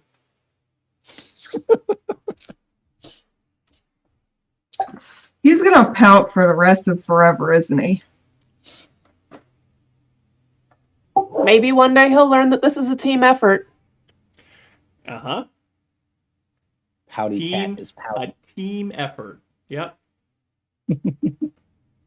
There's no I in team, but there's an I in Vale. That's very true. I like it. There's also an I I'm getting in. a t-shirt made with that shit on it. There's also an I in. I watched Vale drown because I didn't feel like helping him out of the situation that he got himself into. I guarantee you that when we what's Lady Story's name, Billy? Chandra. Chandra, that's right. I guarantee you that when we get back and we tell Chandra that we didn't save the 2 people that she sent before, she's not going to be happy about that. So that's fine. Go ahead. It's going to be great. Wasn't her price to pay. Okay. She's not going to pay us to bring back mercenaries. Those were not I mean, Bernard or anybody important. Never know. At best, we would have gotten a pat on the head. Besides, we get back and we lie. I am a cat. I like pats on the head. Are we, we're supposed to find Fruitin 2 or something? Or is that in the past? We found him already. No, the city of Fruitin is where That's the right. Sacred Grove came from. Yeah.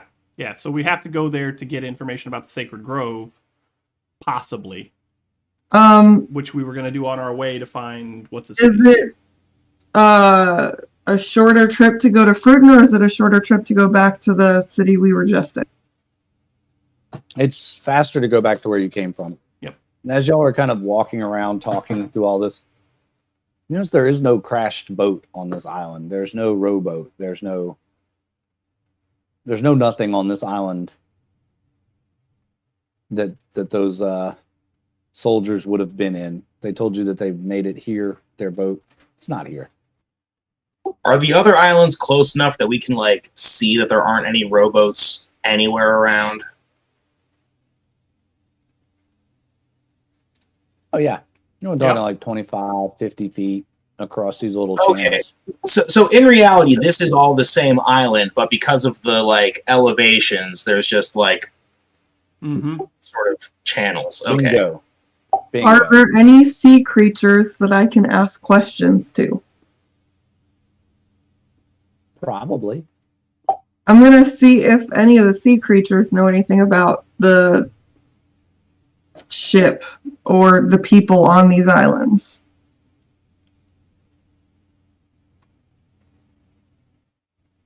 All right. You're going to, was it commune with the deep or whatever?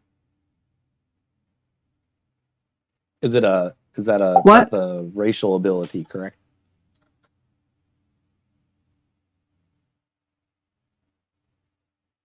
Yeah. Yeah. Commune with the deep. That's it. Yep. So you happen to send out your telepathic message, and you hear a familiar voice respond, the voice of your whale. We need to give Whale Friend a name. Whale Friend needs a name. So anybody out there in Chatland that wants to give us a name for the whale, It has to be Petunia. Petunia It the could whale. be I was just saying Petunia the anything whale. but Barry. yeah, not Barry.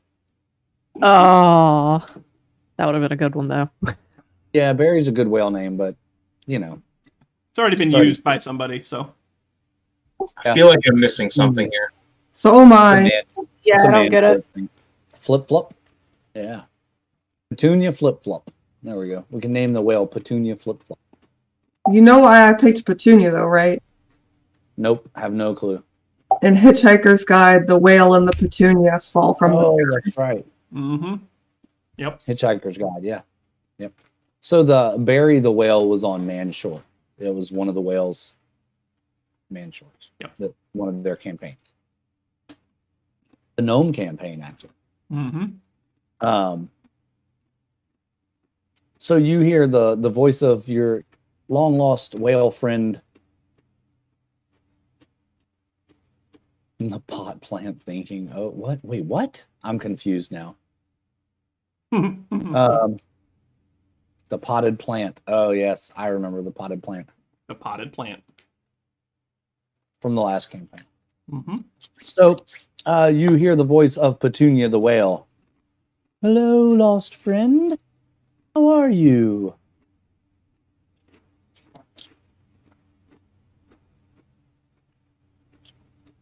I am grumpy and confused at the moment. I'm trying to figure out what's going on, but I keep finding more questions than answers. Such is the way of life. Questions and answers. That's true. Do you perhaps have some more answers for me, such as what's going on with the people on these islands, and did a ship crash here?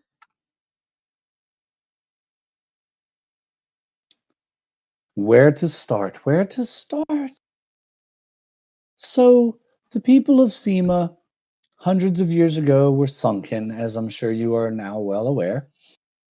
Several inhabitants remained behind, and it was believed the gods would show them mercy if they stayed to protect their city. But they did not. Or so it is thought they did not, because those people would have thrived. And apparently, they did somehow find a way to survive, and they became resilient. And over the years, they managed to evolve, and they would gather others from land to boost their numbers. And now they're a whole race of people, the merfolk. So that's the people of Sema. What became of them? The Githyanki, they left when the gods told them to vacate the cities. But the others, they stayed behind. And it is known to, I'm sure you know the story of merfolks taking ships. That's how they keep their people strong. They boost their numbers by taking ships of sail. They do with them is unknown, but I must say, it's not pretty. So it wasn't a crash, they were actively hunted, is what it sounds like. Hmm. Well, I can't say for this particular case. There was a shipwreck recently, actually, within the last few days. 8 or 10 on board, I think. Not far from here. They were being attacked, but not by the merfolk. They were being attacked by another group in a larger boat. Pirates, I suspect.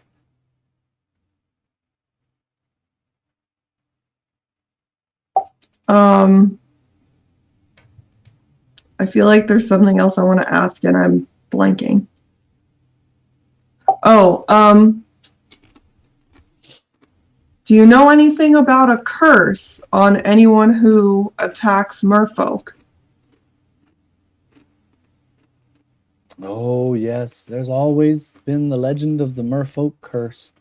It's said that pirates who slay or sailors that slay a merfolk are cursed to never have good luck at sea. They will always be in bad weather. Their ships will be hunted by creatures of the deep.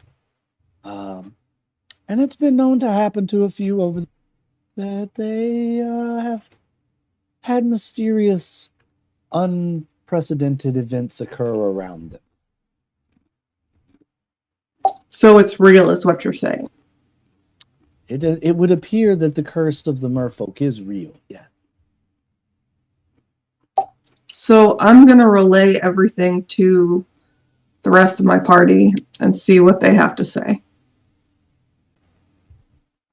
How far away was this attack on the ship that these guys were supposedly on? I will ask that to my whale friend, Petunia. Oh, the whale has a name. How pleasant. Petunia. Petunia responds, yes, it was not far. Perhaps, I don't know, distance is measured by you all differently than me. I measure it in how long it takes me to swim. Well, how long does it take you to swim from here to where the ship was? Oh, maybe half a day. If I'm hungry, maybe longer.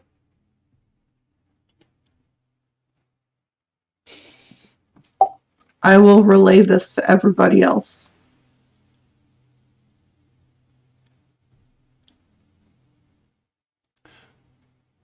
So Would we you can either like go. So we can either go to where the ship supposedly was attacked and probably sank, or we can go back to Karen Gother. Basically. I think we should go to where the ship is and see if we can salvage anything or find proof of the dead guy. So the dead guy was in a rowboat, apparently, when he was shot, if I remember the story correctly. I don't know how far away from the actual ship they would have been when that occurred, but we could ask Petunia if she knows of someone who was wounded and then fell overboard from a rowboat, and how far away that might be. I'm going to ask Petunia that. Well, yes, there was a rowboat incident.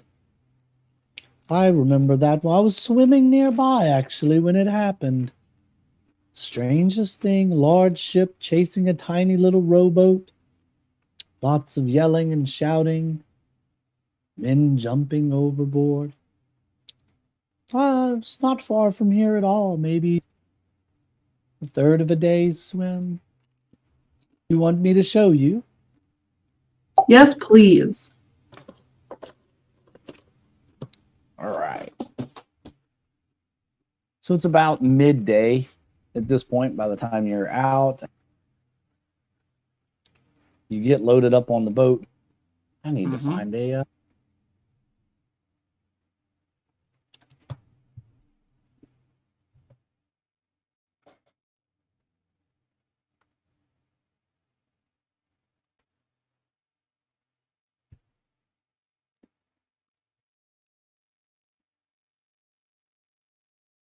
Oh, come on. Give me the whale token. It's just give me a. It's a whale of a token. There we go.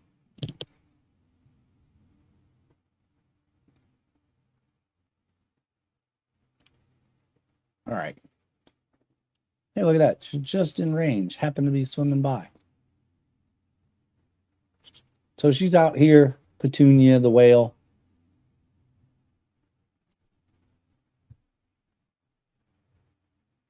And she says she will take you to where it happened. And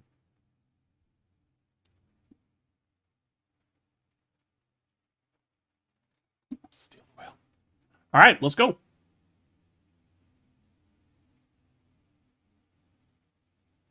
I'm looking for my ocean map, my wide open ocean map, and it's not in. It's the wide, Roll wide 20. world of ocean. That's okay. We'll just use the world regional map. Because it's big enough.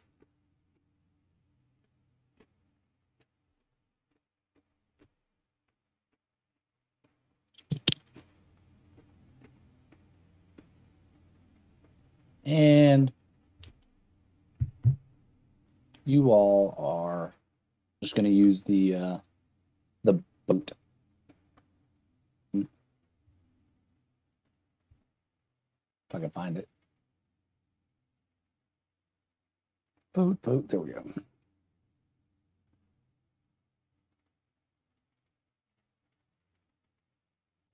Select. There we go.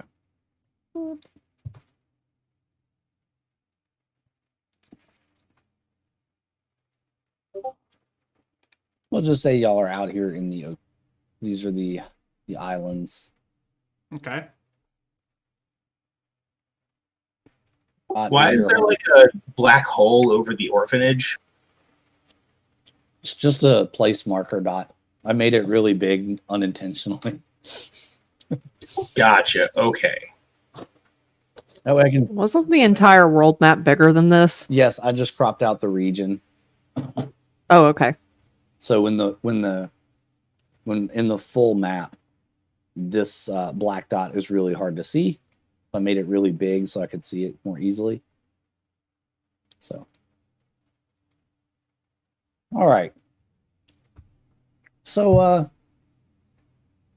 Petunia, steal the whale and flee. The Petunia takes you out a little ways out into the ocean here in the Sea of Mira, and there are some other islands out here, known islands, and there's a washed up shipwreck. Actually, we have a shipwreck. We have a beach with a shipwreck, don't we? I mean, map. Here, we'll just use this, recycle this map. Because it has a shipwreck on it. Okay, fair. I forgot about it. We'll just recycle this map. Because I take it when you see the shipwreck, you're going to want to land and go investigate. Yes? Accurate. Fair.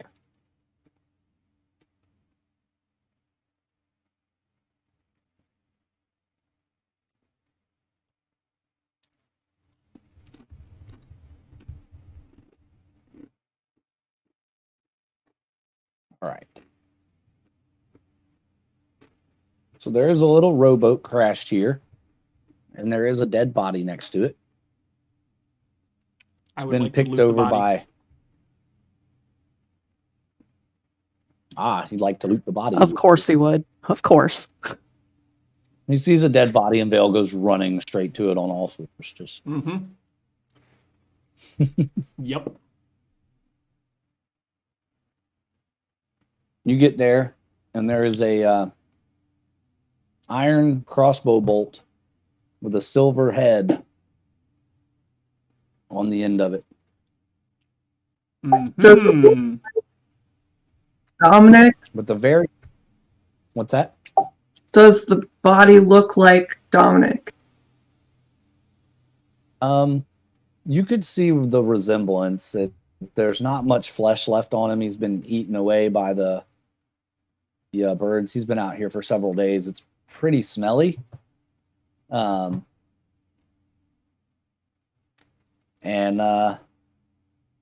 there is a crossbow bolt right in his side.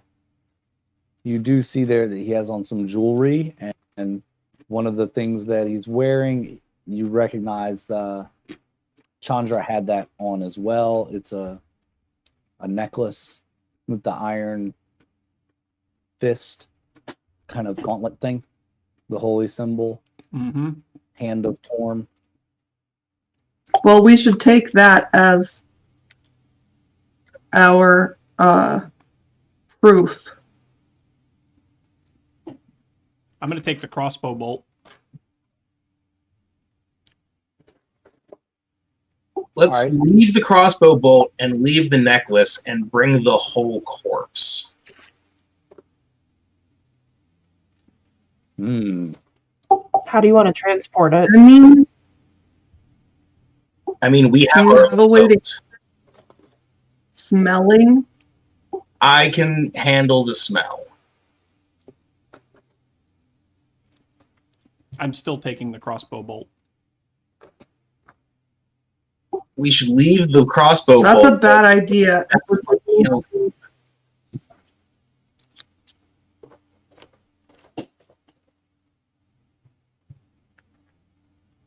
I assume the first thing that they're going to do is look at the skeleton and say, does this look like somebody who's been shot with a crossbow bolt? And then see if the crossbow bolt makes any sense to have killed him.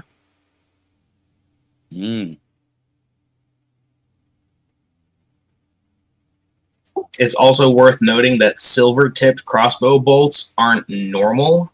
That's why I want it.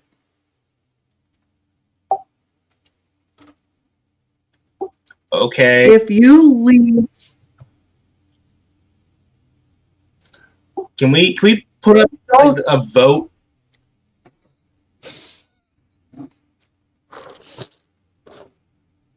Like, who says we leave the bolt with the body and hand it over with everything else? Like, hands up.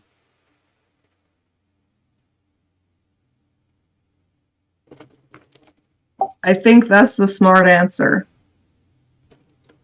And I think that we need to punish Vale for being an asshat earlier. So, no, you can't have the crossbow bolt. Leave it. Wow. Leave it. Leave it. Like he's a dog. Except that the dog responds when I tell it to leave something. Well, I am a little bit smarter than a dog, so. So far, the dog hasn't almost gotten us cursed to never enter the water ever again. That would not Of be a world that that's wouldn't like be a 90% huge water. that wouldn't be a huge loss to me. So, Yeah, but you're the only one.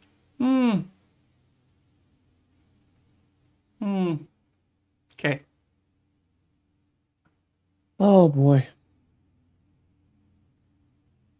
All right. So you all decide to wrap the body up, leave the crossbow bolt in it, put it on your little rowboat, row back to your big ship.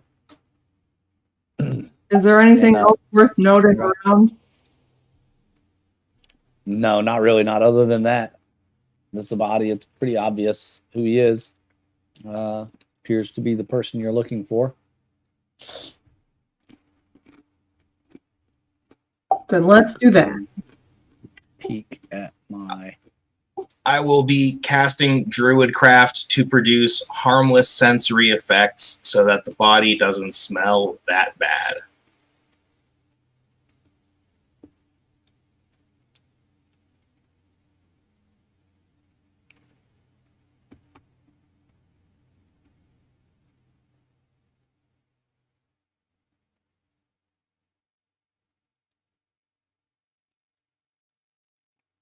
All right.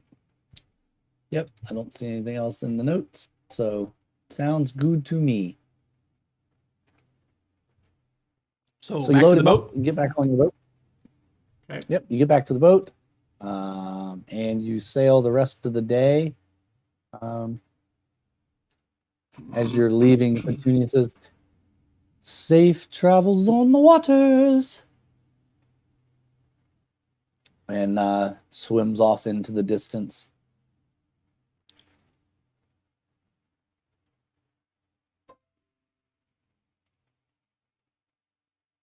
And it's back to Karangoth. There you go. Here we go.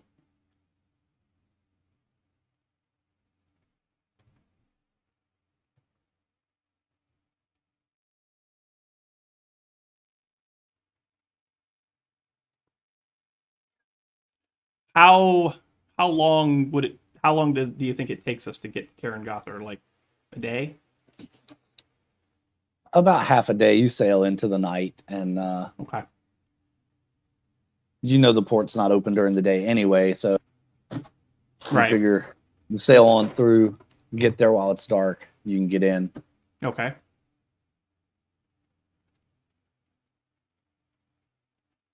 Same thing. You pull up at the outside of the port. The little harbor master rows out. You've been through it before. State your business, all that good jazz. I take it you tell him that you are returning with the With important news for Lady Story. all right. And he tells you to berth at the first available dock you come to. Once you guys berth in. I don't think it would be a good idea for us to take this body off of this boat. I think we bring them to the body.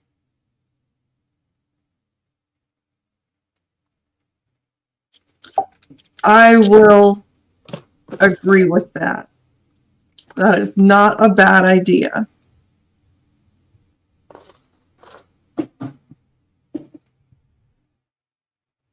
Also, I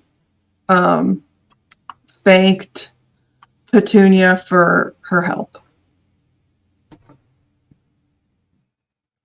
She wished you safe sailing. So is everyone going to go in? Is somebody gonna stay on the boat? How are y'all going to?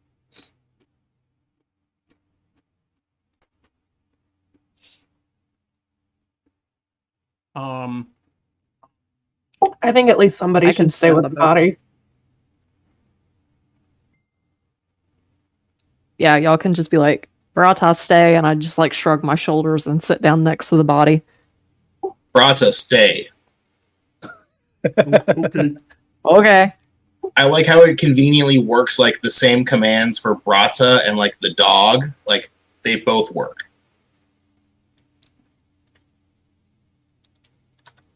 Most of the time.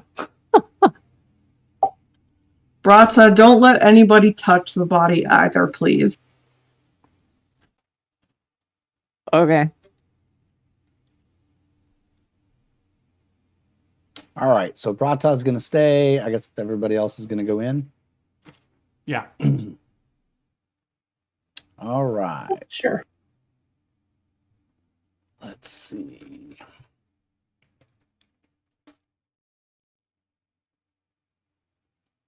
Should we have more than one of us stay with the body, or just one of us?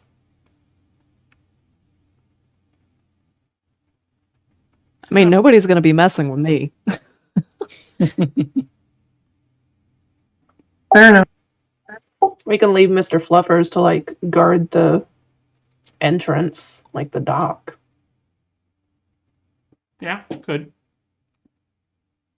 If you left Mr. Fluffers with me, I'd just pet him. A little hard, but I'd pet him. Tell him he's a good dog.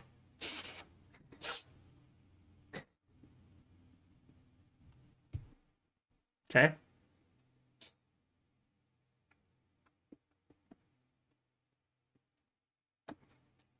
So what do we All need right. to do? We need to get an audience with Lady Story, yeah? Or at the very least, we need to Yeah. get an audience with Josh. Yeah, one or the other. You have to deliver a message, right? So Mm-hmm.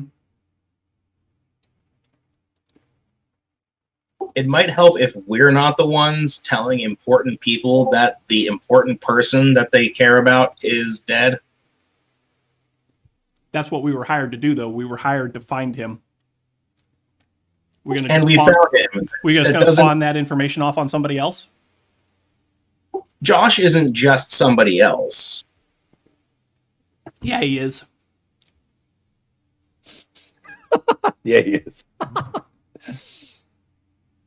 I mean, he's in a high position within the such and such.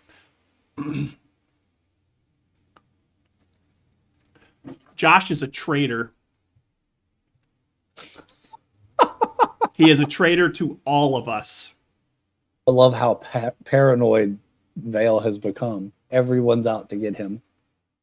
Yeah, you know, he did shitty things at the orphanage, but we're not in the orphanage anymore. The orphanage does not run this world. The orphanage is just some orphanage out in the middle of the woods that nobody here cares about.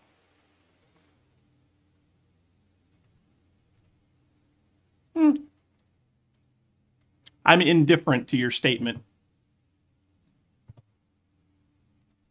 I have a feeling that the orphanage is a lot more powerful than we believe it to be. We're like 18 or 18 equivalent. Uh-huh. Like, how do we know about global politics? So are we going to find Exactly. Josh or not? What are we doing? If I Why don't we find Josh, start- then the only thing I want to tell him is that I have information for Lady Story. That's it. I trust Josh more than I trust Chandra. Yeah, I got the impression that Chandra was less interested in him being alive. And I also started getting the impression from the fellows down in the Mermaid Kingdom that they also weren't interested in having the Lord alive. I was wrong on that one, I admit. But there seem to be a lot of people who are indifferent or otherwise invested in the death of this guy. And why are they indifferent about that? And why was he killed with a silver crossbow bolt? That may be a coincidence, Nope. and say more about his attackers than him. And why So has you this guys city are, and why has this city remained the same for hundreds, if not thousands, of years? Why are you asking us? Let's go find somebody who can actually help. Mm-hmm. Also, when did you take a poli-sci course at the orphanage? Mm-hmm. I'm gonna say Again, that you I'm all are having indifferent. this yet hushed conversation on your way to the Rusty Chalice, Mhm. because you know that all information flows Through the rusty the chalice. Rusty. Why don't we start with Oakflum then? He has been the only person that has been basically honest with us. As far as you know, yeah, he's been on the information you've needed to be successful to this point. Mm-hmm. You have to doubt him.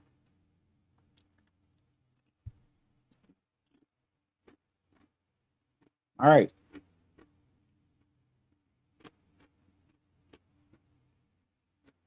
Let me look at something first. I forget,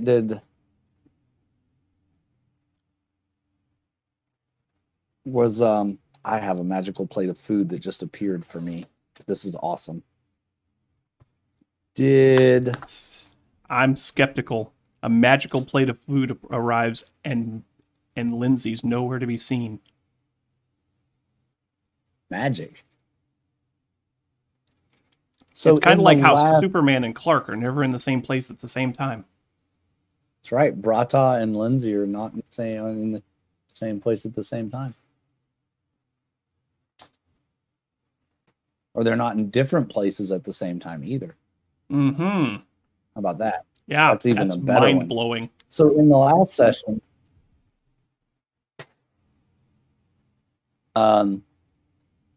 and whatnot, I think it was Serial followed Oakflum back to a back room. Did they shared that with everybody, right? Yeah. Thought so. Just wanted to make sure before I put the map wide open and everyone could see where everything was.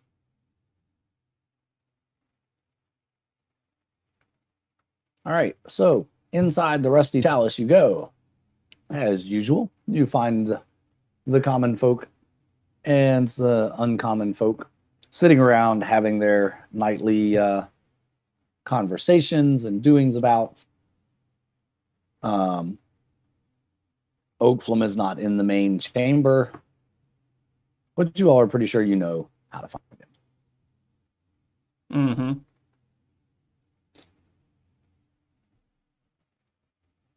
We all go and crowd in the bathroom together at the same time. Love it. Let's go. Big for that. I was going to see if y'all would do that. That'd be awesome. Ratar like, oh, we'll show you how to get there.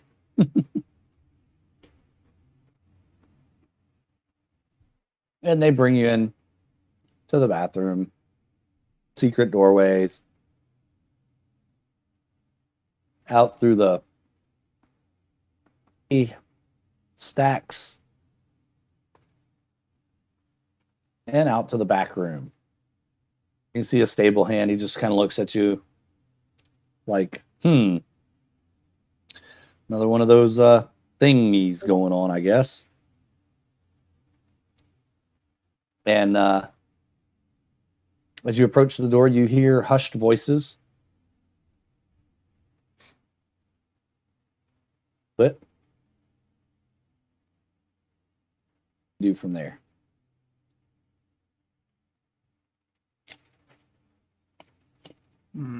I'll be right back. Is there a way for us to eavesdrop? I mean, yeah, if you want to just kind of put your ear up to the door and see what you hear, you can do that. Use I guess you'd use your perception to see if you could make out the conversation on the other side of the door. I'll give it a listen.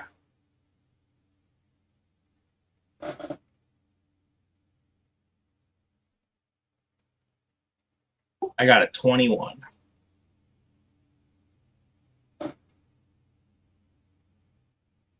All right. So anyone listening at the door there, I guess so it's just Kira and Furbolg, or Serial and Furbolg, sorry about that, listening to try and see what they can hear. It sounds like it's definitely Oaklam, and he's talking to someone that you can't make out the voice. Doesn't sound familiar. He's talking about a payment. From what you can kind of make out, it sounds like it's almost like a shakedown for protection. He's asking him for, you're supposed to be paying us. You're not paying us. We're going to stop keeping an eye out for your stuff. The guild's not happy with you. That kind of stuff. So this is Oakflum being shook down? No, Oakflum is shaking someone else down. Oh. Hang on a second, y'all. Dog wants to go out of my room. Hang on.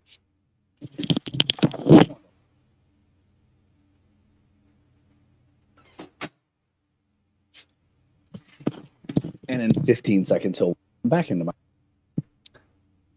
Sorry about that. He was pawing at the door. But now I'm back. So it sounds like Oakflum is shaking someone down.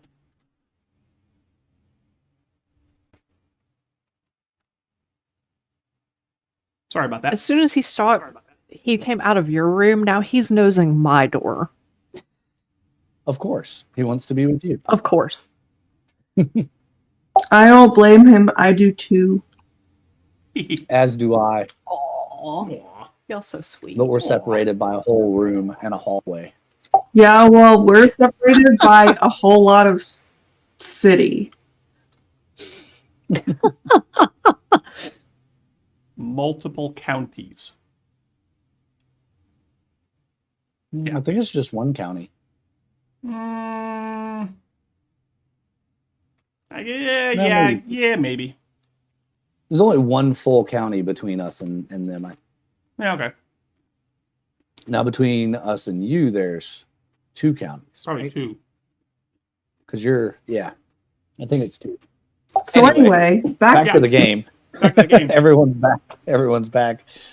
Sorry about that. Viewers and fans out there. So you hear Oakflum shaking somebody down. Hmm.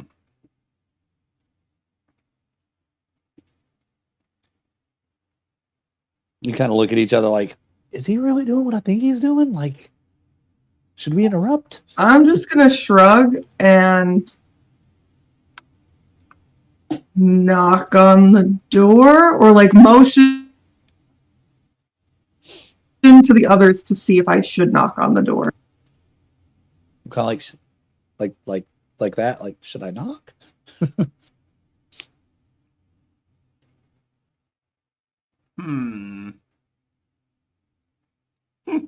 Strissy's on the other side of the sea. Yep. There's a whole ocean between us. Multiple countries. RB can tell you a story about knocking on doors someday. I can. Yes. Knock on the door. Do it.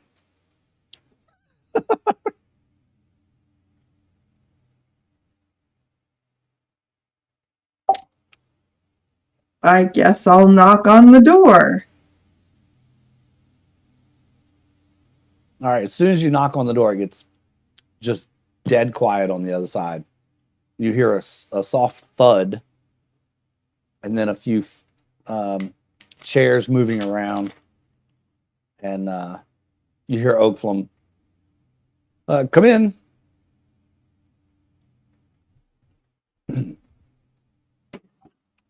We all go in? You first. I enter. You enter, and Oakland, he looks a little shocked to see you. Like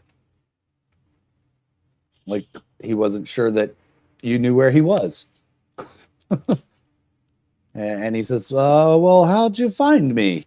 Yeah. Not that it's not good to see you, but Yeah. I was back here with Brata, wasn't I? Or who was back here with Brata? It was Me, it was Brata. Sariel and Brada, yeah. yeah, I think it was just the two of them. So we followed Sariel. Mm-hmm. Mm-hmm. Okay, I would like to do an insight check on Oakflum while I say, Lord Dominic is dead. He was killed with a silver-tipped crossbow bolt. Does a 14... Can I get advantage on, like, shocking him with the information or anything? Let's see what his reaction is. Would you roll? I don't. Oh, I got a 14 yeah. on the insight. I'm really bad at rolling these things that I'm really good at. I see that.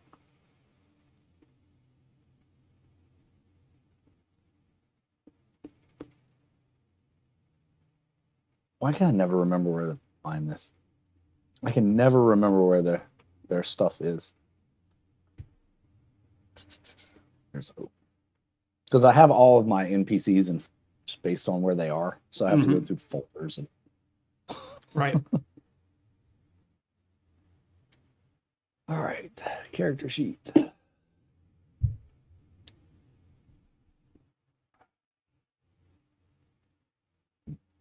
That is insight is what? Intelligence? Insight is wisdom. Yeah, it's wisdom. Insight is wisdom. And you rolled a 14? Yep. All right. Shocked by the news. He's taken aback. He looks at you stunned, like, wait, he's dead? We've recovered his body and the crossbow bolt. Do you have it?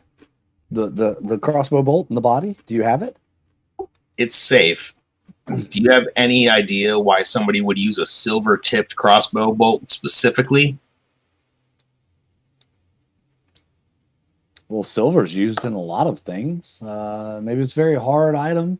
You know, silver weapons are becoming more and more prevalent in our world. What Can are you you thinking? think of any other reasons why it would be a silver tip crossbow bolt? We all came from the same orphanage. We know why. Some people use silver, but it's not the only reason it's used. You think Not a weapon. Silver, you are absolutely a weapon of mass destruction. mass hilariousness. That's it too. So, can you think of any reason? I mean, if you think Dominic was a werewolf, you're out of your mind. There's no way. I can think of two reasons why. One is that somebody used the silver because of Dominic, and the other is they used silver because of who they are. Mm-hmm. Are you saying this is Sacred Grove? Those would come to mind first as having a lot of silver weapons and being okay to use them in non-emergency situations. We have to get this information to Lady Chandra immediately.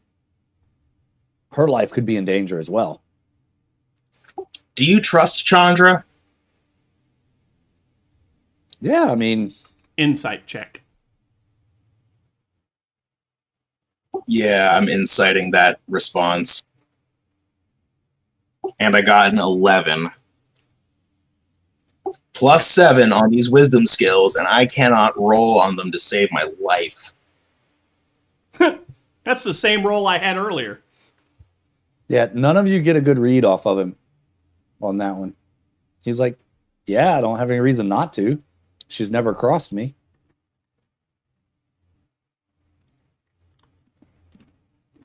So,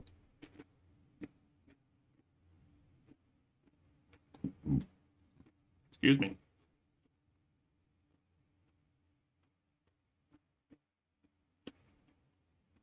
All right. Why? Or what do you think? Are you thinking we shouldn't tell her? I got the impression before we left that she was less interested in him returning alive. Really? So you think she hired someone to kill her? To kill him? I don't know what to think. This is all new to us.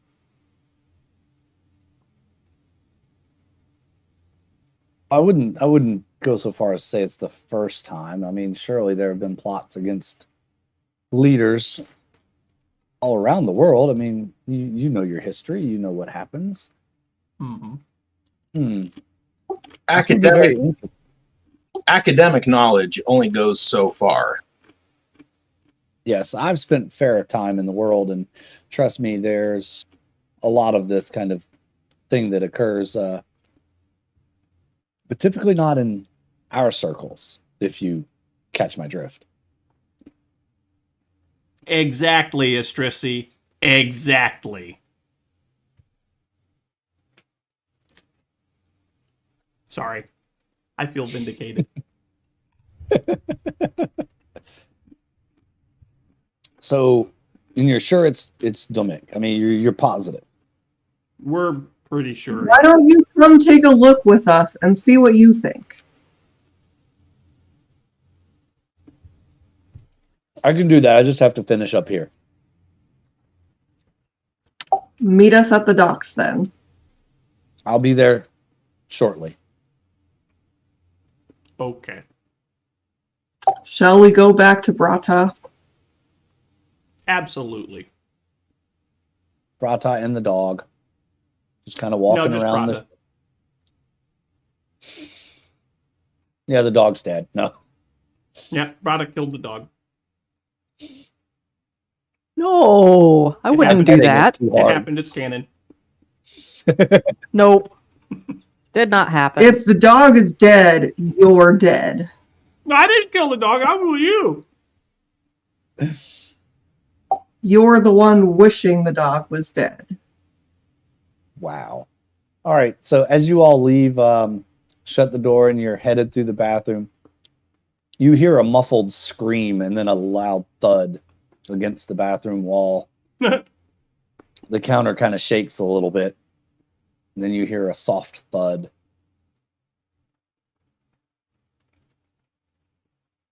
And you head on out. As you're leaving the Rusty Chalice, you hear Oakflum coming up behind you. I'm right behind you. And he catches up with you quickly. Says, "Well, take me, show me what we've got here." That ended quicker than I expected it to. Is he like clean? Oh, fuck. I can't tell nothing. Never mind. I'm not even going to ask. Because you wouldn't be able to tell by looking at him, right? Son of a bitch. Because you can't roll to save your life. No, I can't. I can't roll to save my life. I ended up in a fucking net because of the way I'm rolling today. All right. You get back to the docks. You get back to the boat, and you show him the body, and he looks pretty convinced. That looks pretty much like the clothes that Domek would have worn, and the jewelry and stuff. He's pretty convinced it's Domek, and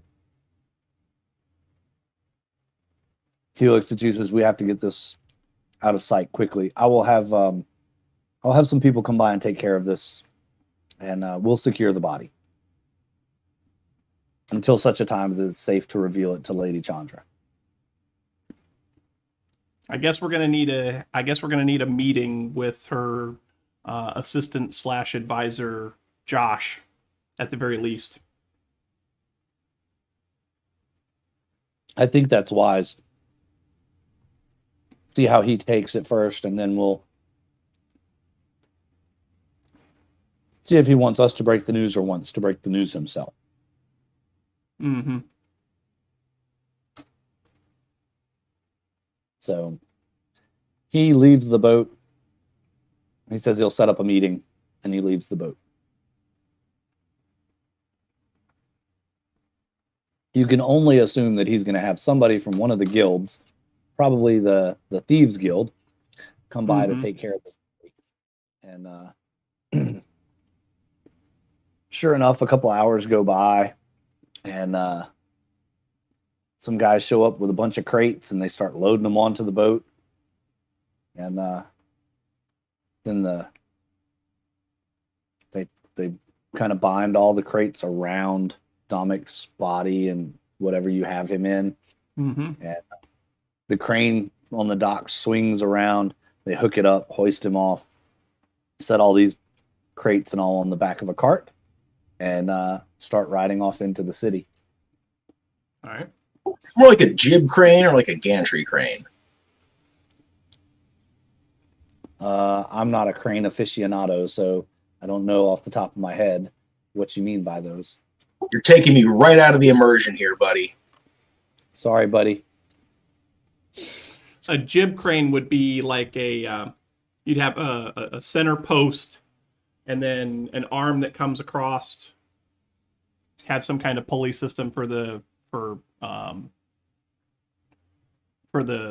lifting of the weight on the other end. It's usually not very large, whereas a gantry crane is gonna be kind of like the typical like angled cranes that you would see. Well, this would be more of a gantry crane then. More of a full-sized crane. Mm-hmm. Okay. Built out with the swinging hook. Gotcha.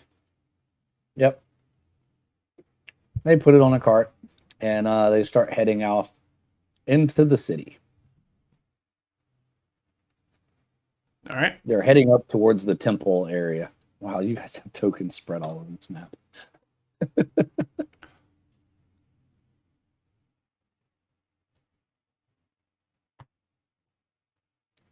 And they take it into the temple.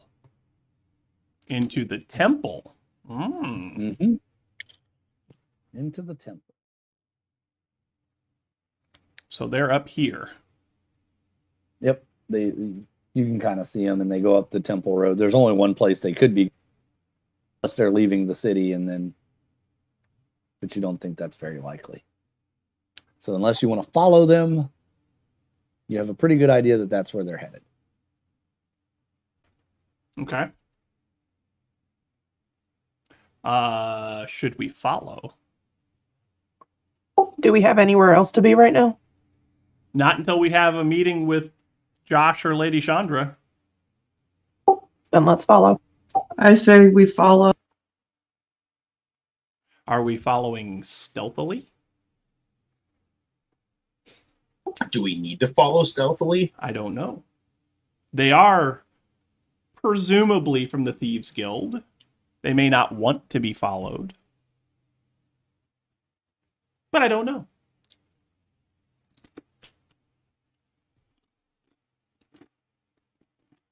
I will cast Pass Without Trace.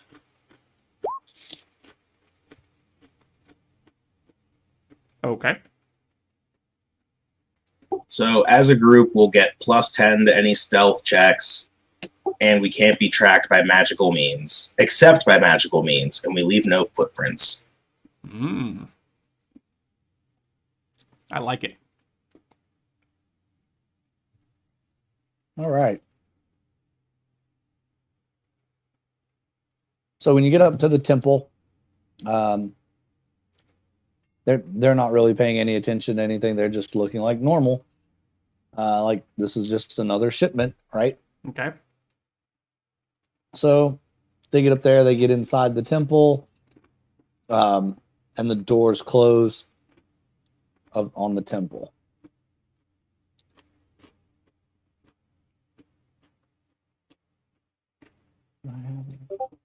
Okay.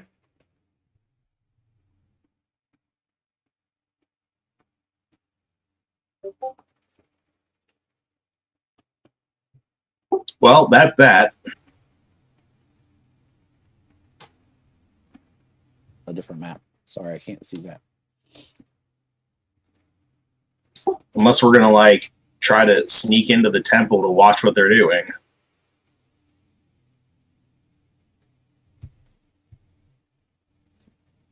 We need to fix Kira's token because every map I have to go and set it to her character. Just delete the token and drop a new one in. It'll be way faster. Doesn't matter. Even if I do that, I still have to set it to the character. Nothing wrong with the way that token is set up. Oh, after you do the permissions, you have to reset it as the token. Okay, that's what it is. Okay. All right. So we'll do that. Okay. All right. I dropped myself a new token. Thanks. Move y'all up here to the temple. So, are you guys gonna go in or? Yes. Yes.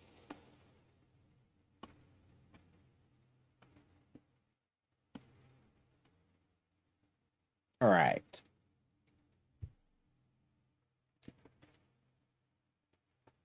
Weird.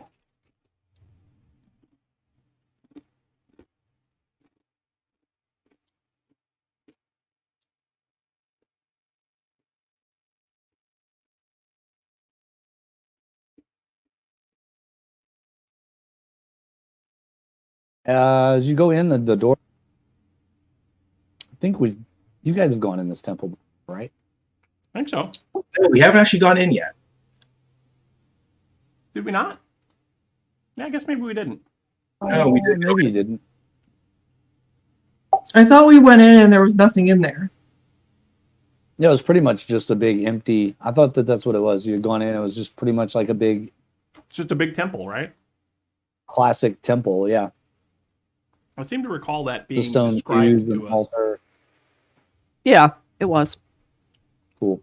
Yeah, it was described because I Yeah, didn't because make a map. I think a couple of you went in while me and me and Me. Clark were running along the top of that wall in between those two guard towers, trying to get over to where you were, because we went the other way on the map. Correct. That is correct. Because y'all kind of navigated the city in two different directions. Right. So, but as you get in, roll a perception. Let's see if anybody sees.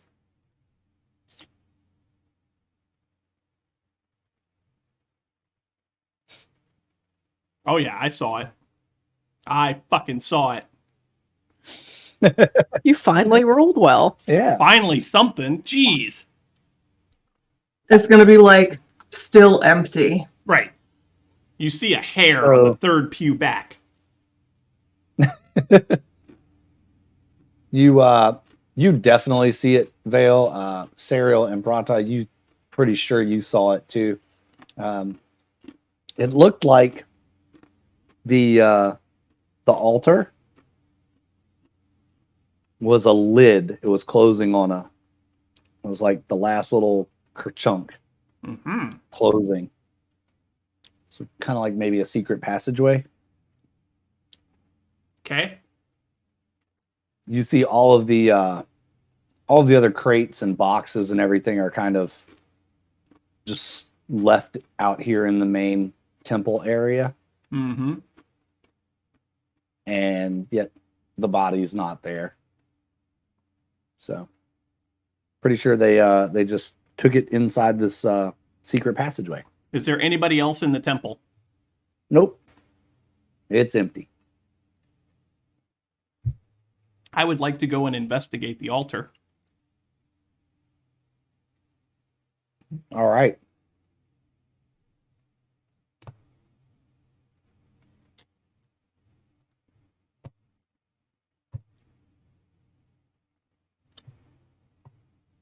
What are you how heavily are you investigating this? Oh, I want to know you gonna use your every intimate. investigation? I want to know every intimate detail about this altar. All right. Well, for starters, it is made of a fine quartz material. Yeah, pretty much know just about anything you want to know about it. There are several shelves behind the pulpit. It's a center pulpit with two long stretches next to it, all made out of a solid piece of quartz, black quartz. It is engraved in the top of both of them are the hand of Torm. And as you're looking around, you see what looks like a switch down at the bottom. And right against the floor, it's like a little lever switch. You'd either step on it with your foot or push it with your hand. Okay. Hey guys, I found a latch for this. You guys want to follow it or you want to not? I say follow it. We've got like an hour of stealth, so. All right. I will actuate the latch. All right. When you actuate the latch, you hear a series of clicks and whirls, and then kind of a mechanical clunking noise. Not really loud, but loud enough you can hear it. And the whole altar just slowly lifts open like a lid, and it reveals a staircase that goes down. I walk down the staircase. There's a soft light coming from down below. When you get to the bottom of the staircase, there are lots of kegs, casks, a couple of small carts. It's a very small room, actually. So we're over here? Yeah, you're down here at the bottom of the stairs right here. Okay. I forgot to fog of war this, but oh well. Yeah. It's okay. You're definitely underground in a storage area. There's a door behind the first cask right here that's open. Okay. You don't see the body, but that's not surprising to you. Any like footprints or any signs that they It's definitely really cleaned went? up. Okay. So like no dirt or dust on the floor. Nope. Okay.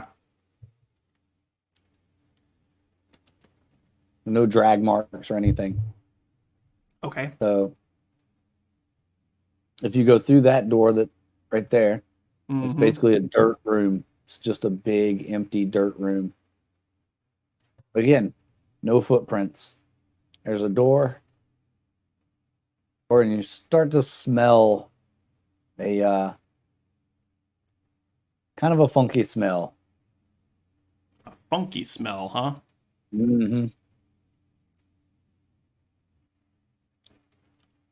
You kind of, when you get to this first door, you open it up, the smell gets really strong. It smells like just sewage.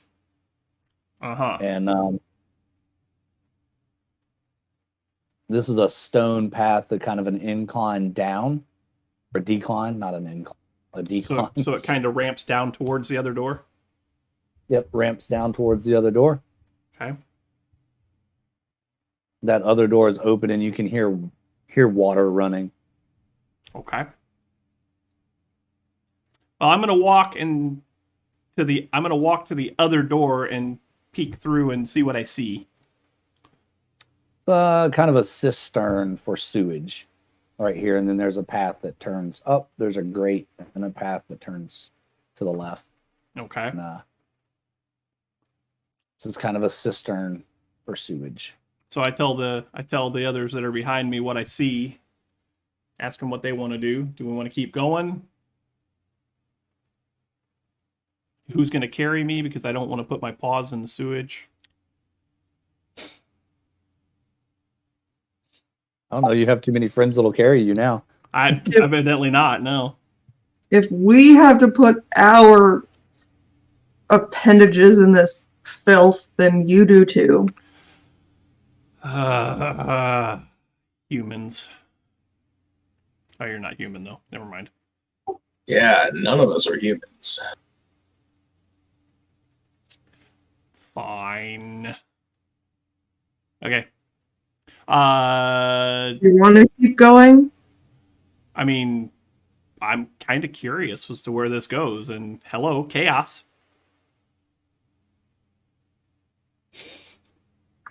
I mean, we could also see if there's anything else we find in the other two spaces. Before we get ourselves filthy. Also, just remember, you can be smart and chaotic at the same time. Have you seen my intelligence score? I have. That's why I'm reminding you. I'm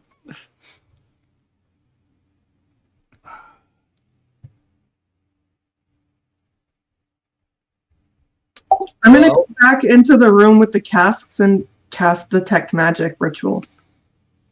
All right, and I'm going to go back there and I'm going to do a thorough investigation of that room. All right. So, That's fairly thorough. start with cereal. This open keg right here, the liquid inside of it, it glows. It smells like wine.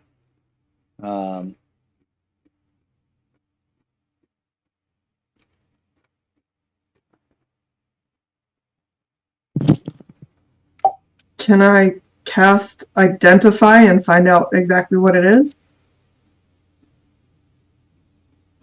Yeah, you could do that. While you're doing that, because that takes a little bit. Vale, you see that these, it's kind of interesting because these have wheels on them. Okay. And it's kind of curious, the big carts here, how they would get them down here with wheels, how they get them through the doors and whatnot. Mhm. When you really start investigating that, you see that all of these are modular. You can take them apart piece by piece. So it's like they were made, brought down here, and then put together for some Okay. reason. They have basically a door on the front end there, right where you're standing. It's got a big padlock on it. Every one of them is padlocked.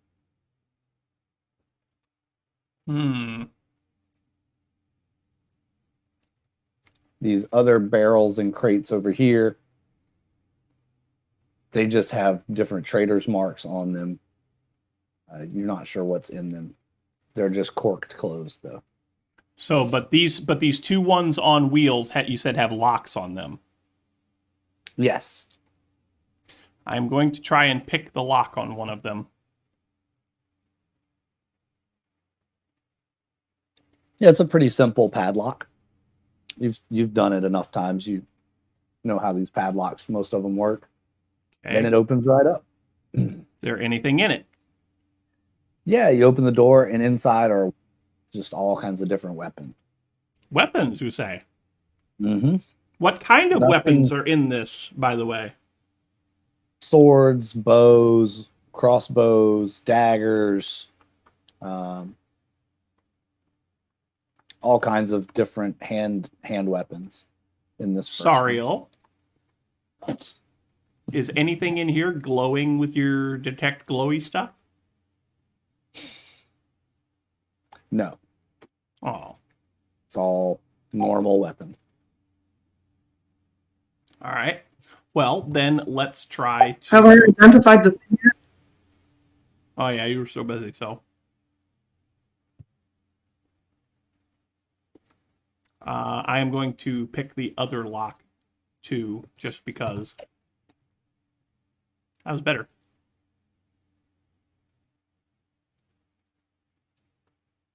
Yep, that one comes right open as well.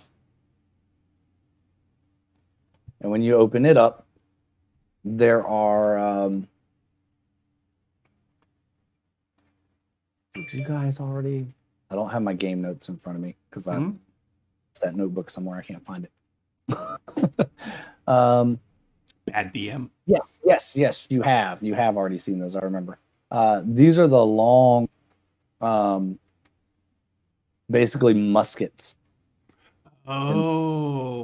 There's probably 20 of them in here. And they're all muskets? Yeah, they're all the long, rifle-looking things. Like a blunderbuss kind of thing? More like a rifle, less like a blunderbuss. More like Okay. a Or broomsticks. No, I don't think they're broomsticks. boomstick. So boomsticks. Oh, boomstick. Oh, yeah, there's no R. So boomsticks. Yeah, these aren't pirates. There is no R. R. I had to make the dad joke of the day there. Sorry. Mm-hmm. Understood. Um, So we've got rifles, guns, long guns, and we've got swords and crossbows. And was it just swords and crossbows in the other one? daggers, long Daggers. swords, short swords, crossbows, long bows. You know. Okay.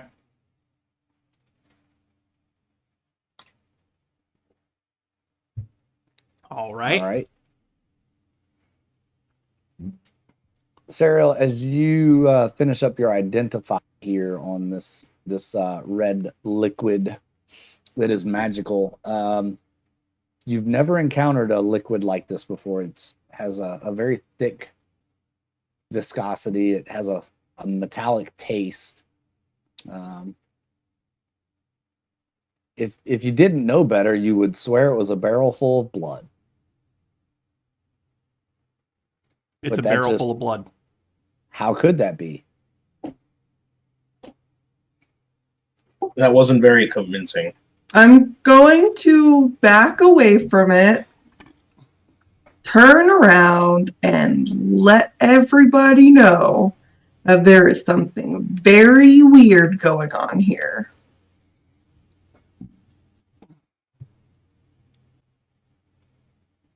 I mean, yeah, there's a sewer under the church with a secret altar door. If that doesn't scream weird, I don't know what does. A barrel full of what looks like magical blood? Yeah, that a barrel full Is of magic blood, maybe? This seems like a problem. So I'm gonna walk up and I'm gonna look in this barrel. And does it look like blood to me? Yes. So I'm pretty sure that's what it is. Yep, you're pretty sure. I mean, all of you have seen enough blood that you're pretty sure this looks like blood.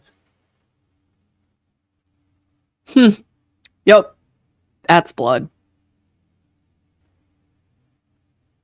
Why? Why is there a barrel of blood? I say out loud, with expecting no answer from no one.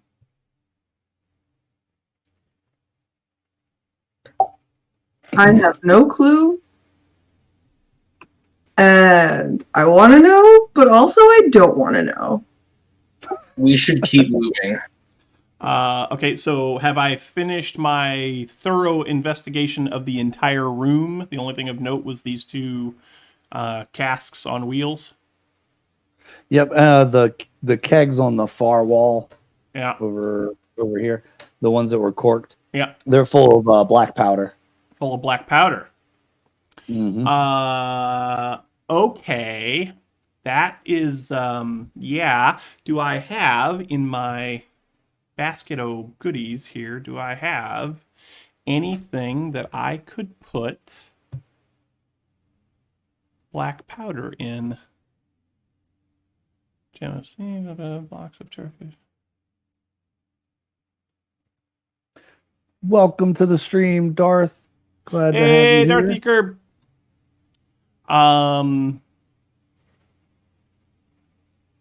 How about, so I've got a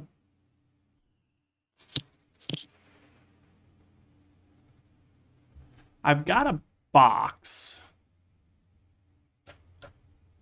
It's a box of turquoise carved animal statues. I don't know if I want to put that in there. I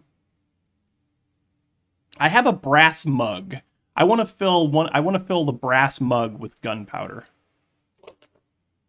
Okay. I don't know how I'm going to keep it from spilling out, but I'm sure That's a I can problem figure for something another out. day. That's a problem for another day. Yeah. You can just carry it. Yeah. So I'm gonna say this is now filled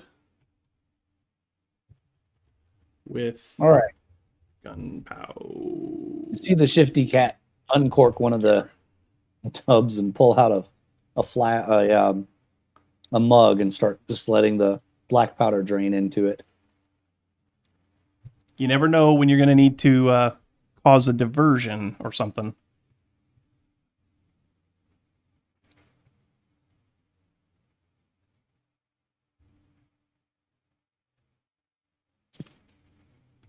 Or something. All right. This room has been Thoroughly tossed. thoroughly investigated and infiltrated and rummaged. Okay. I find it I'm- funny he took a mug full of black powder and not a mug full of the blood. But hey, you know what? I don't have any interest in that blood. Y'all want blood? You get your own blood. I want the gunpowder. Vale, it looks like your HP, you would have gotten a short rest on the boat Oh, okay. ride back. All right. Brata, you as well. I see both of y'all are down a little hit HP, so y'all would have gotten a short rest on the boat. It was a half day's ride back, so you would have gotten a short rest. Fatigue is starting to set in. You all have been up for about 2 days straight. Well, it might be might be time to take a nap then. Yeah. You got so excited and I just got a scare. It said I got disconnected from Roll20 for a second. Oh no.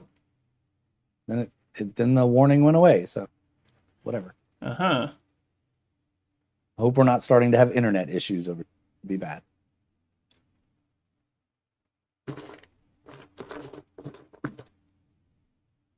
All right, so back to the chalice. Try to go Or back down the sewage area. to the sewers. Are we at a point of fatigue where we are actually suffering negative effects? Not yet, but you're very tired. So no points of exhaustion yet. You won't be in exhaustion yet. Okay. Then I say we at least look through here, especially while we're still under a cover of stealth. Yeah, we've got that whole pass without a trace thing going for us right now. So if we're gonna look anymore, we should look now. Let's do it. I also, if we're trying to follow people, I don't want to get too far behind them. Here we go. Probably took you guys like probably 3 rounds here to go through all this stuff, do your Yeah. identifies, your all of that stuff. So into the sewers is about 5 foot wide, and it's just a long sewer corridor all the way down. There's no grates on any of these; they're just tube openings. Everything's round. It's about 7 feet tall, probably. It stinks really bad. You're stepping on turds and other things, food.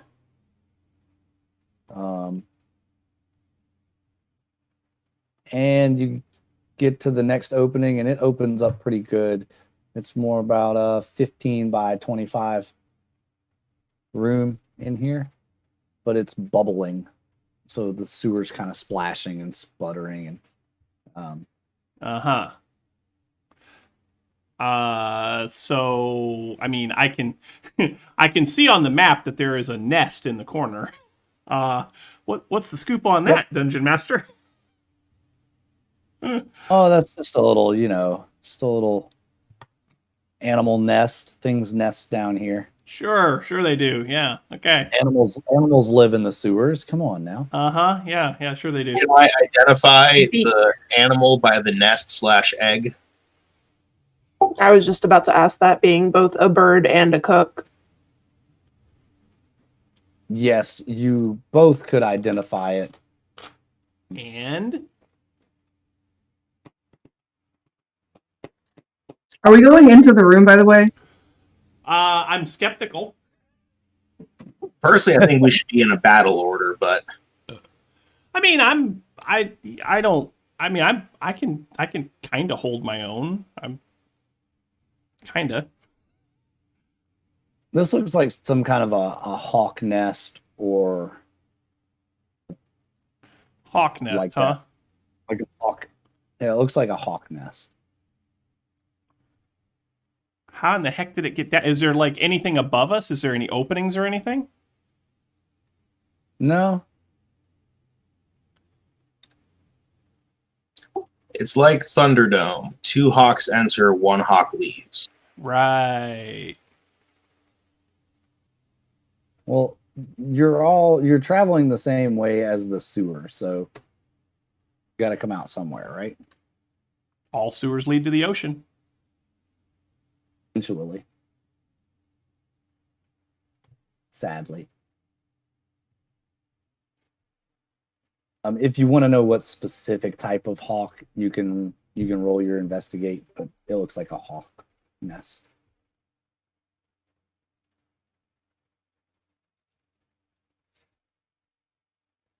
Come on, load. Nope.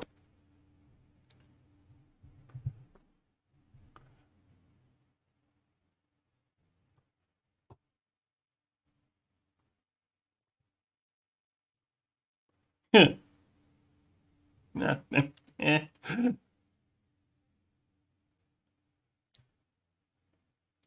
I mean, I guess we could keep going. Nothing seems to be here, and I don't know that I want to find anything here, so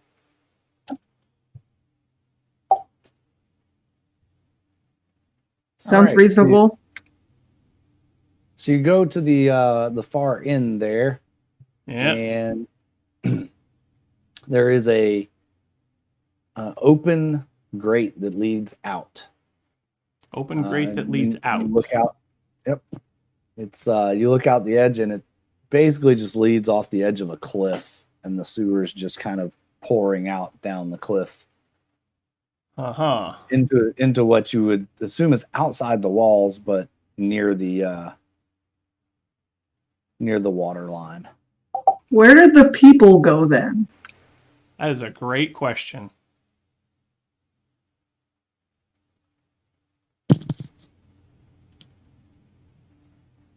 Here's the church. Here's the altar. Open the doors. Where's all the people? Yeah. Yeah, where did they go?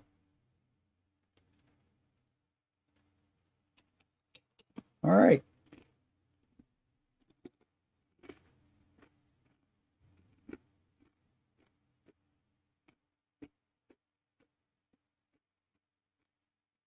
Want to go out the cliff? I mean, there's enough room to kind of walk around there very carefully.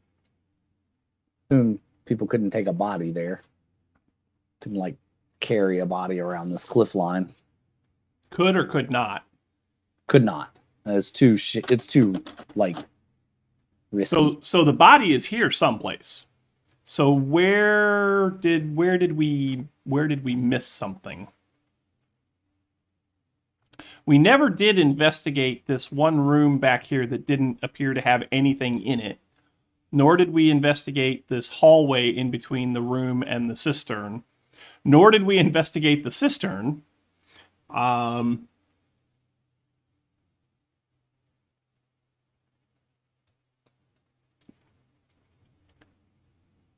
highly skeptical that they came all this way with this body.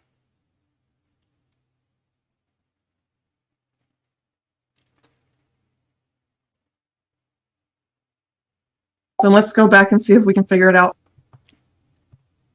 All right. So as we go back down this hall, down this tube, this tunnel, this sewer, I would like to be paying very close attention to the walls, to the ceiling, to the floor, looking for secret doors, secret hatches, secret, whatever.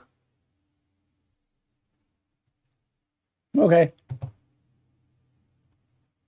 Yep. You don't really find anything of note.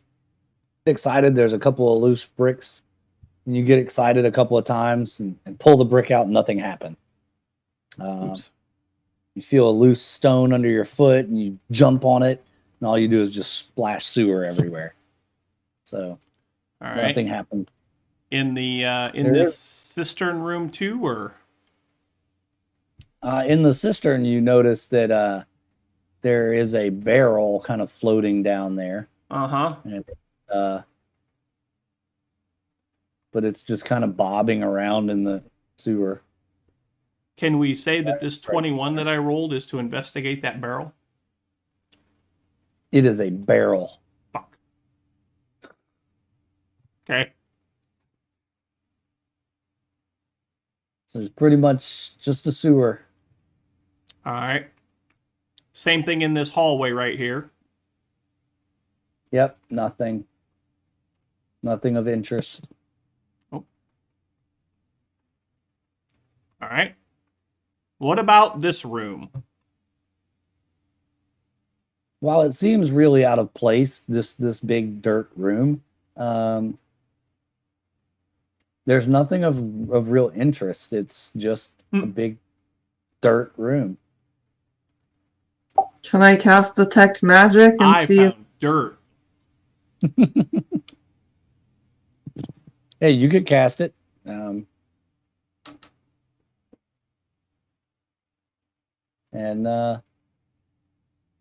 nothing really magical here. It's some dirt. Hmm.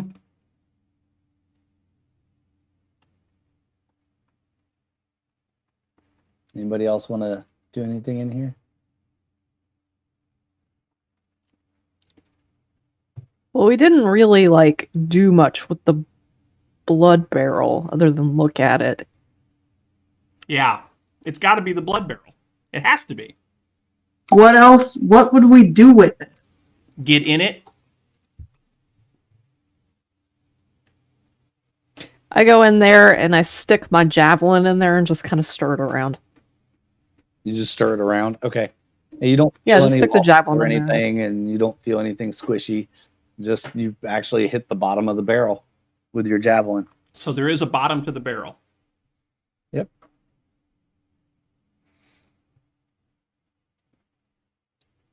Okay.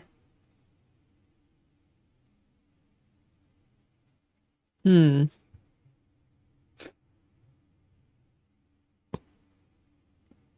mean, I did I want to go back in this room over here and check out this like bubbling area of. Oh, back up here to the bubbles. Oh. Yeah, that could be a thing. There's a grate down at the bottom, and these are air bubbles that are coming up. Cyril, you come in and your detect magic is on, and you notice at the bottom of this sewer there's a faint glow. Aha. I will let everybody else know. We should probably go into it. Brata, can you like pry the gate open with your javelin so we don't have to reach into the sewer? How deep is it? It's about 4 feet in the center. Okay, so there's 4 feet of sewage on top of this grate. Yep. Mm-hmm. All right, I'm gonna try to pry it open with the javelin. You want a strength check?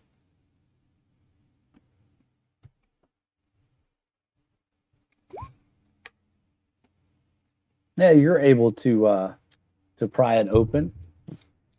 The grate pops off and splashes a little bit of sewer around, but nothing major.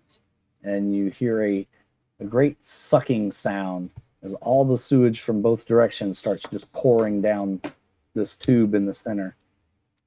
Uh-oh. Somebody undid the drain plug. Yep. Everybody make a dex save, except for Furbolg. You were standing on somewhat of a dry area. Yay. Is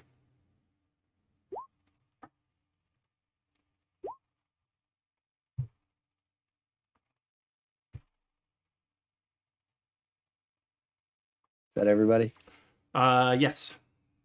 Okay. Stereo, the force of the suction takes you off your feet, and you are sliding towards the hole. The sewer is just kind of taking you with it. I'm gonna reach down and try to grab her. Dex will be a reflex kind of dex save or check.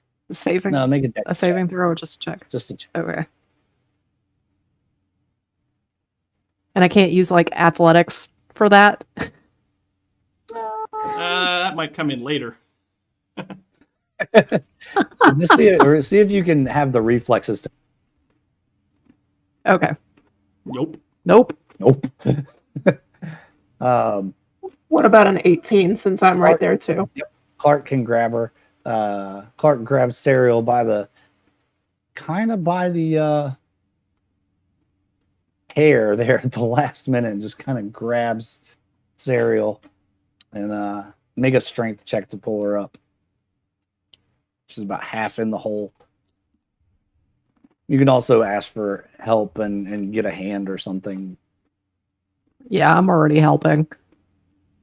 All right, so What?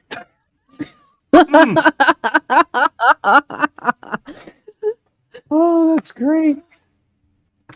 Ugh.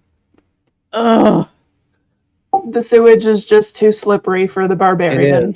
It's right as you reach for the hand to pull her up, a big gnarly pile of poop hits your hand and it makes it really slick and you just can't hold on.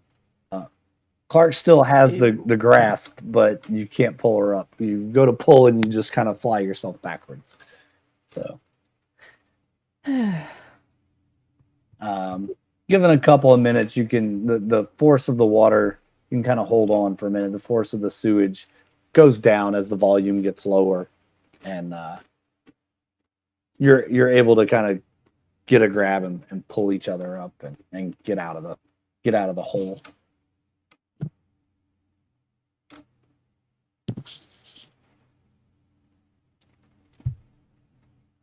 Is the sewage gone now?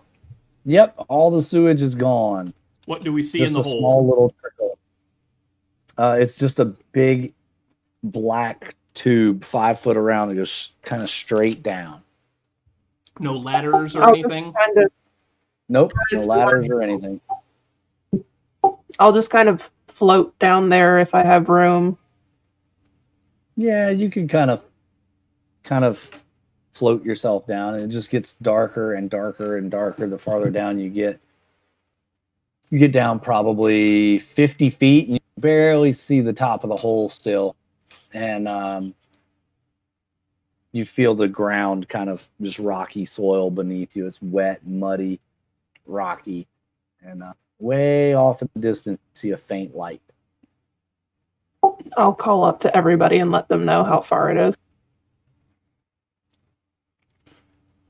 Is there something a rope could be tied to up here? Yeah, probably, probably find a way to wedge the grate in and lower yourselves down if you wanted to do that. Sounds like a plan to me. Feline agility using my cat's claws. I think I could probably get down without any assistance.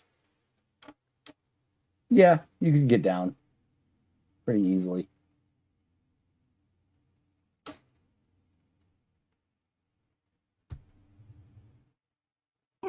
So I'll tie your rope together and head on down, and it is dark all the way down. I think everybody has some form of dark vision, right? No. No. Yes. I do. Oh, yeah, I do. I do have dark vision. Furbolg does do not have dark vision, but I can do produce flame. Okay. I don't think I do either. I am not trying to hurl the produce fire. I'm just trying to fire.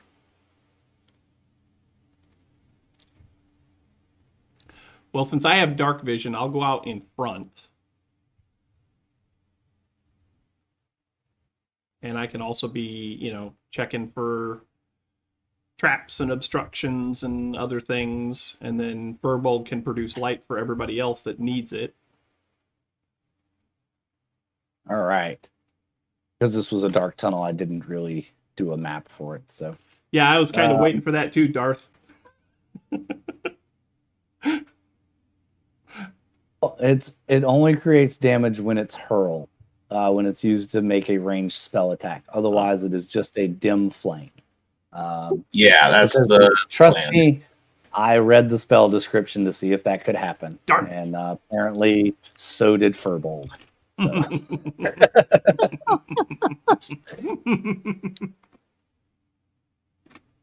Because, yeah, all the methane from the sewer and the gas, the flame, but since it only creates damage when it's hurled. Fine. Okay. All right.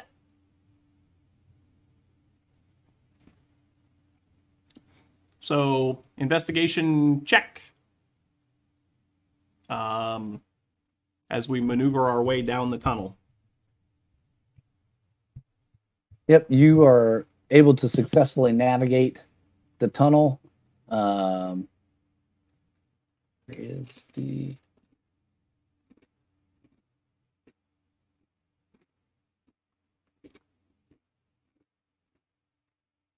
Okay, so when they did the Roll20 update, I lost a couple of maps. That's all right. I can get them back. It's no biggie. Okay. Don't really need them. The light that you see at the far end of the tunnel it's a kind of a light yellow glowing, kind of looks like flickering torch light. You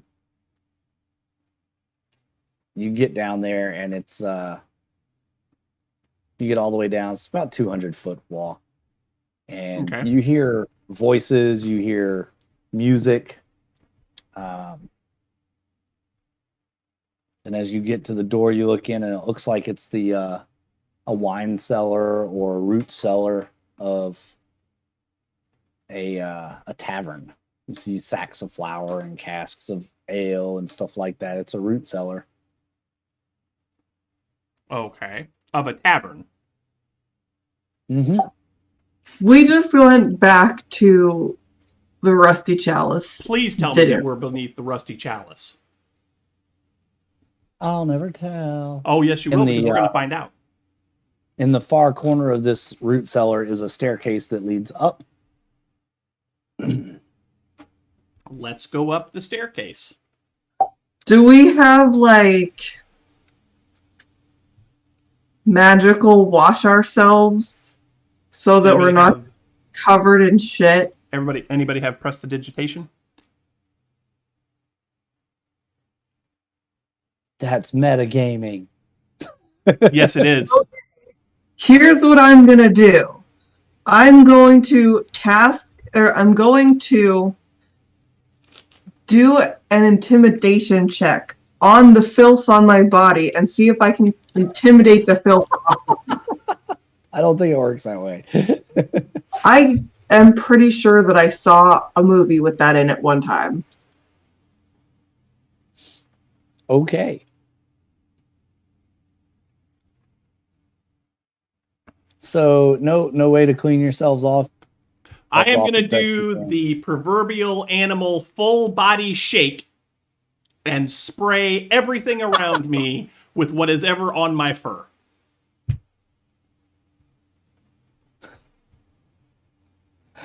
All right.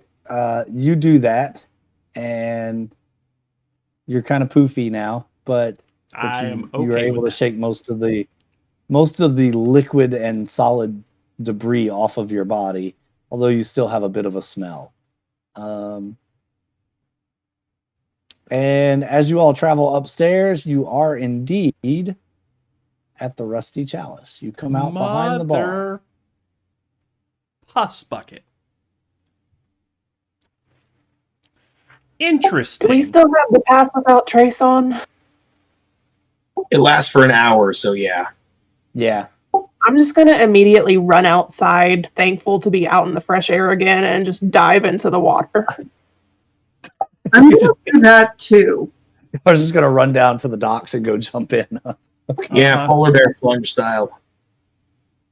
I mean, you know, even though I am a feline, I think I am going to do the same thing. Yeah, do we have smell without a trace? Even Barata wants to get clean of the shit. Yes. You all want to get clean, so you go Want to and get clean of the shit. Hmm.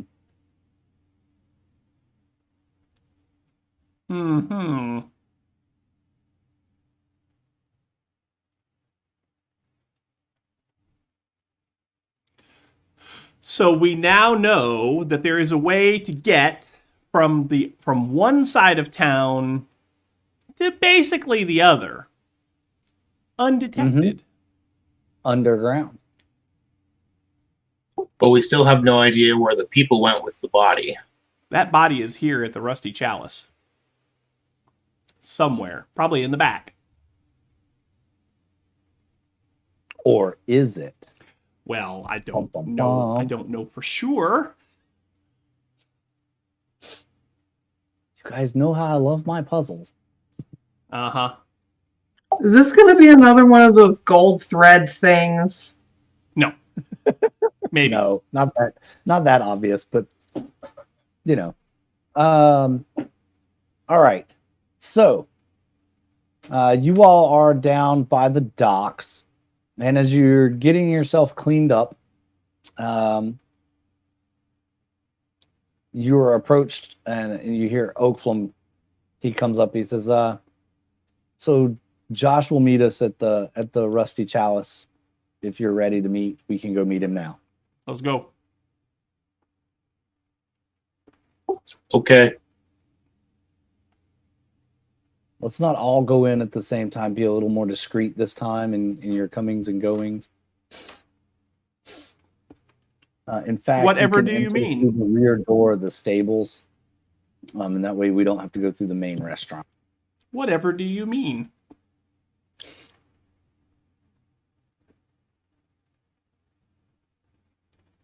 Don't always use the bathroom.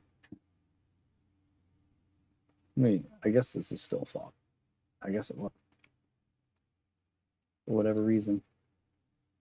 Mm-hmm. All right. So there's actually a set of doors, rear stable doors. Yep. Yeah, right there. There's also a door So- over here, isn't there? That's a window. Oh, it's a window. Okay. This is the chicken room, and there's a well there. Runs mysteriously close to the path of the.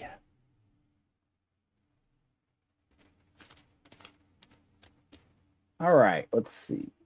We've got Josh.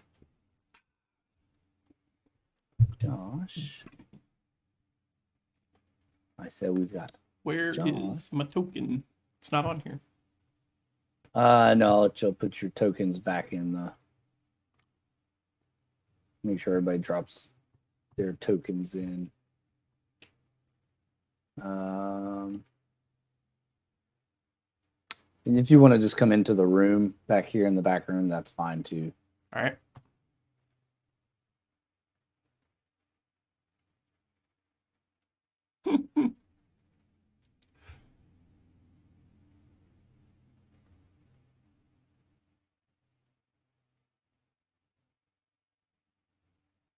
And actually, it's going to be kind of tight in the room That's okay. because as you come in, you notice that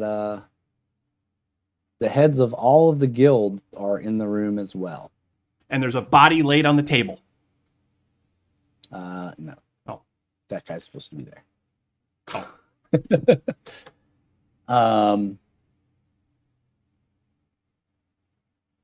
Mr. Fluffers is watching the secret door.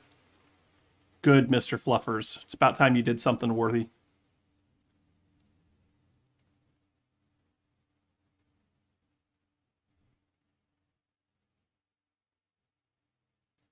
There we go. There's Oakland. All right, so everybody's here. Mm-hmm. The leaders of all the guilds are here. Josh is over here in the corner. There.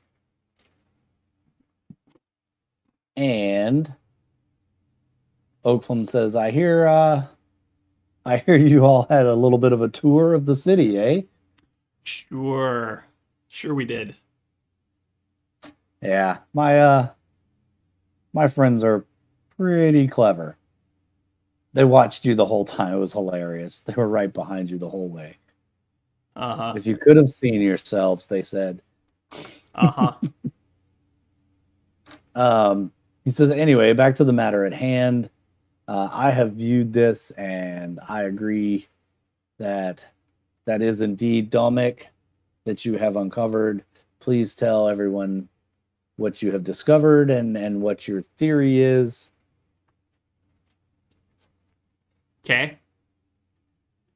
All right, I'll take over the talking duties so that the cat doesn't get us in trouble by shooting somebody again. I'm not going to shoot anybody in this room. They're not holding anybody hostage.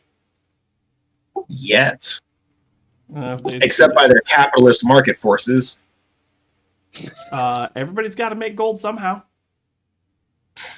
So, we were exploring the newly resurfaced islands, and we came upon some merfolk holding two of Lord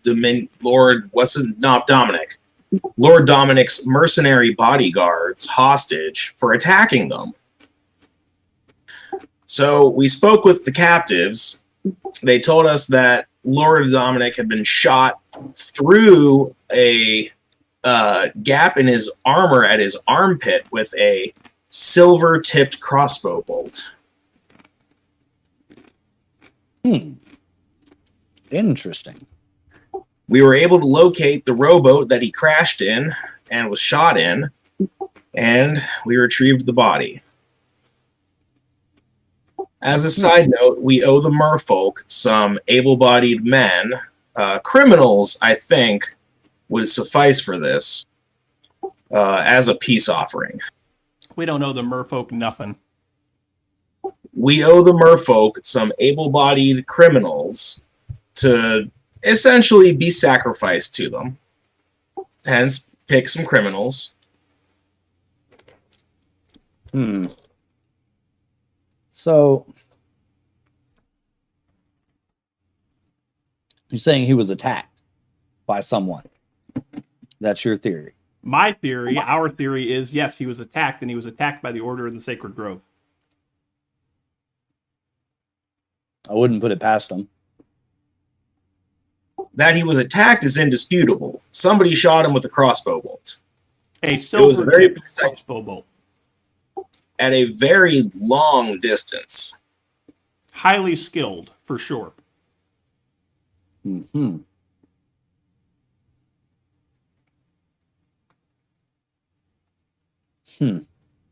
Interesting indeed. So, we need to take this matter to the council. We need to take this under discussion and see how we should best proceed. If it is indeed the Order of the Sacred Arrow, then they pose a threat greater than just to kinds like you and I, but to all kinds of creatures and people that follow a darker way of life. It is interesting that they would use a silver-tipped arrow. Have you found anything else? Discovered anything else that you wish to share with us? Nothing yet, but I don't know that the Order of the Sacred Grove were planning on killing Lord Dominic. I think, like you mentioned with the crossbow bolt, they were hunting for something larger. and happened across Lord Dominic. So, what are you thinking? Just crossed him, said, "Hey, guy looks shady. Let's kill him." What No. would the Order of the Sacred Grove have to gain from chaos in Karnengother? Everything. They would gain Okay. everything from chaos here. We all know that lichen kind work in this area. If the Order of the Sacred Grove can create chaos here, then that makes it all the more easy for them to come in and do whatever it is they want to do against lichen kind. I see. So disorganization, so distrust, so Mhm. chaos, so that they can further their agenda. There's a very, very good theory. He looks over to Mr. Marshall. He says, "Marshall, what do you say about this?" He says, and you hear him almost growl right before he begins to speak, and he says, "Yes, I do believe that would make sense."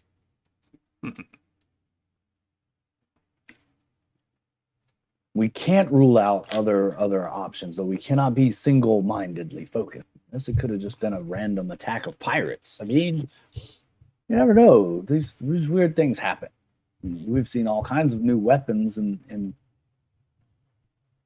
the trade lately, and who knows? Definitely worth investigating.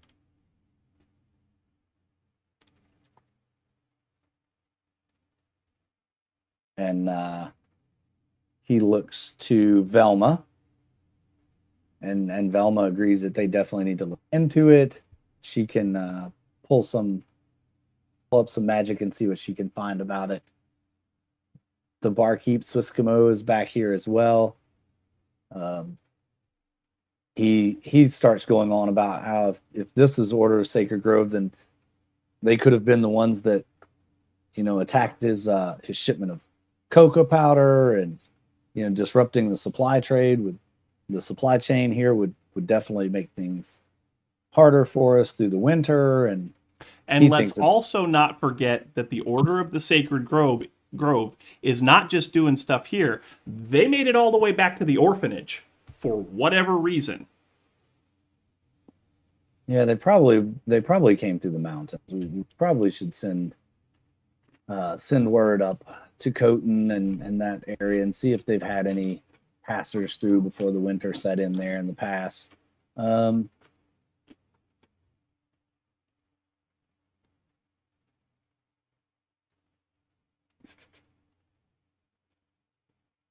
Then we've got Brigham, who's over here as well, the blacksmith.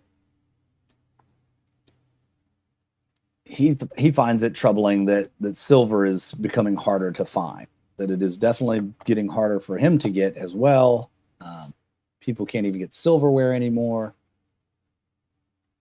Merfolk did it. They like crossbows. Nice. Short range from underwater like a fish. Interesting theories there, Istral. Very interesting. Who else do we have in the room? Is that everybody? What about Josh? Yeah, what about Josh? Give me an insight check on Josh. All right.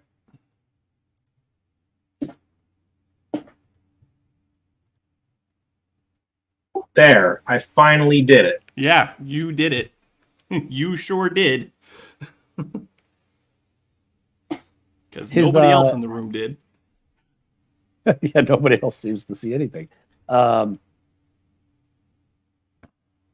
He looks shocked, but Furball, you can tell he is not sincere. He almost looks pleased in the direction of the conversation.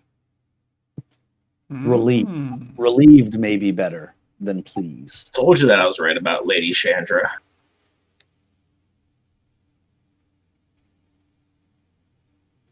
All right, I'm not going to do anything with that right now. Okay. About that time, you hear a knock on the door outside. There's no room.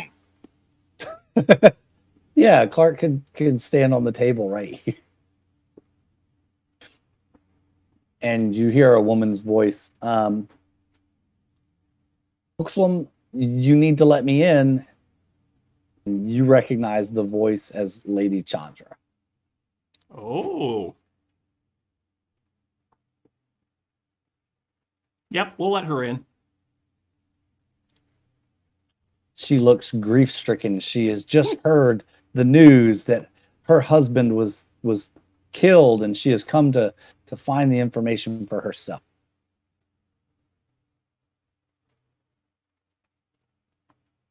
She wants to hear it directly. She hates rumors, and she wants the truth. What happened?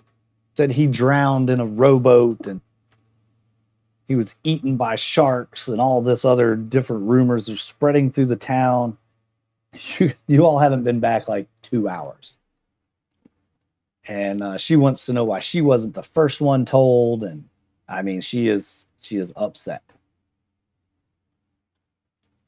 As a grief-stricken widow with just learning the news of her husband's death would be. Silver. Please all point at Josh and say he did it. Mm-hmm.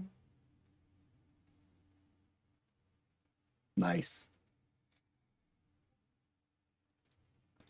So being the one who has had conversations with her previously, I look at her and I say, Lady Chandra, please accept my apologies. When we found your husband's body, after some discussion about how to handle it, we decided that it would be best to come to you, but to come to you through your advisor, through your aide. That's why Josh is here. But you were definitely the first person that we as a party wanted to tell. My counterparts may not 100% agree with that statement, but you were the first person that we should have told. And we were going to tell you through Josh.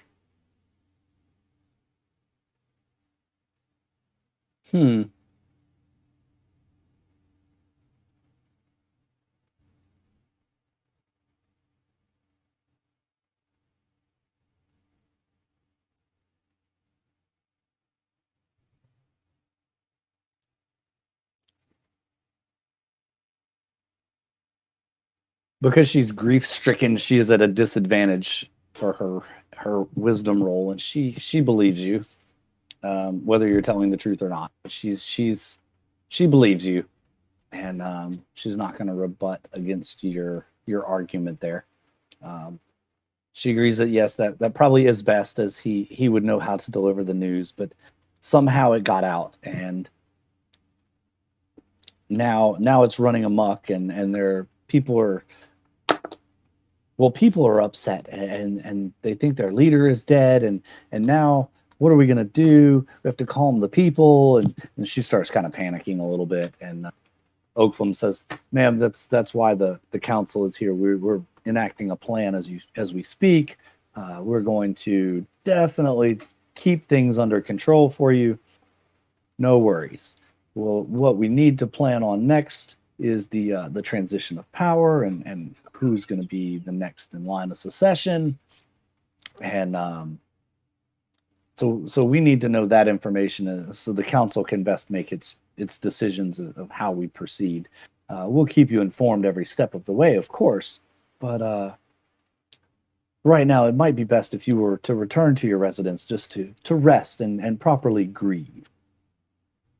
And he looks at Josh. Josh, I think you should take the lady back home and have her keep her safe in home and make sure that no one can get to her. There may be a plot against the entire family's life. And Josh agrees and goes to comfort, squeezing, squeezing around through everyone. Excuse me, come, lady, let us leave. And he takes Lady Chandra, and they start heading out. As he's walking through the room, I want to make another just kind of a observation on his mannerisms, on his attitude, just to kind of see where he's at in all of this. Okay. Alrighty. Yeah. Yeah, you can't get a good read on him because he's in and out of people, and you just like, you really don't know what to think. Okay. And they head out.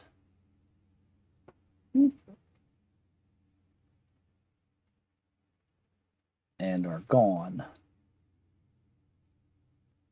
Now, Hoaxlam says, well, now that they're gone, I want to know your real story. I want to know what you really think happened.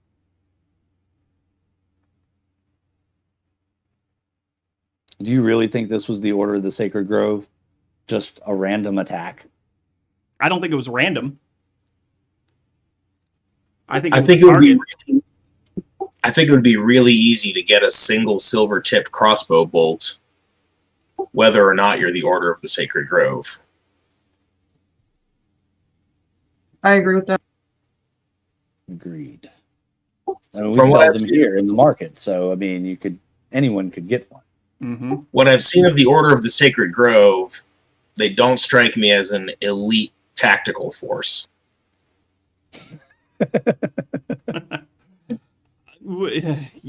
That's accurate. That is your experience with them. I will not disagree with.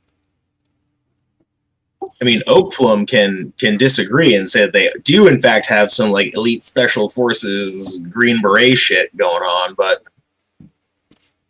He doesn't know anything that much more about them than you do, other than where their headquarters is and kind of their general mission. He doesn't know much more about them than you all. And he's never faced them in combat. He's going to defer to your experiences as the ones with the best guidance.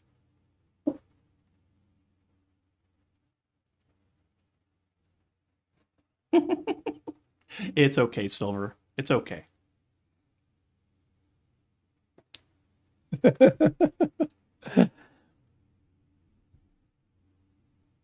So you all think this was a hit, a targeted attack against him. Why would anyone want to do that? you tell us. You know more about the city and the power structure of the region than we do. He's always reached out to help people, though. He's never done anything to cause harm or, Okay, He so here's a rules question. fairly. Here's a question for you. What do you, Oakland, what do you know about Josh? Well, I know that he came here as an orphan. When he left the orphanage, he came here, and he was living on the streets. He made some kind of good impression, apparently, on the Story household, and he moved in, and kind of a success story, actually. He kind of just worked his way from nothing to where he is now. Do you know why he left the orphanage? Do you No. know the I've never asked. He ran away from the orphanage the night before his trials because he found out what the trials were.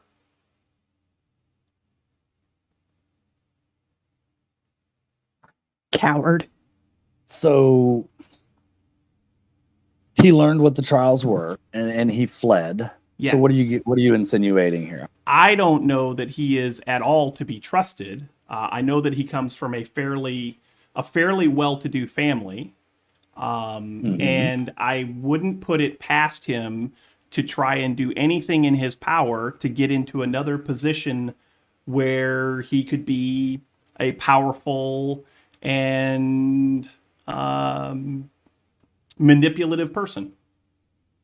And I wonder if at some level he is not, if he's not involved, or if he is involved with the disappearance of Lord Story.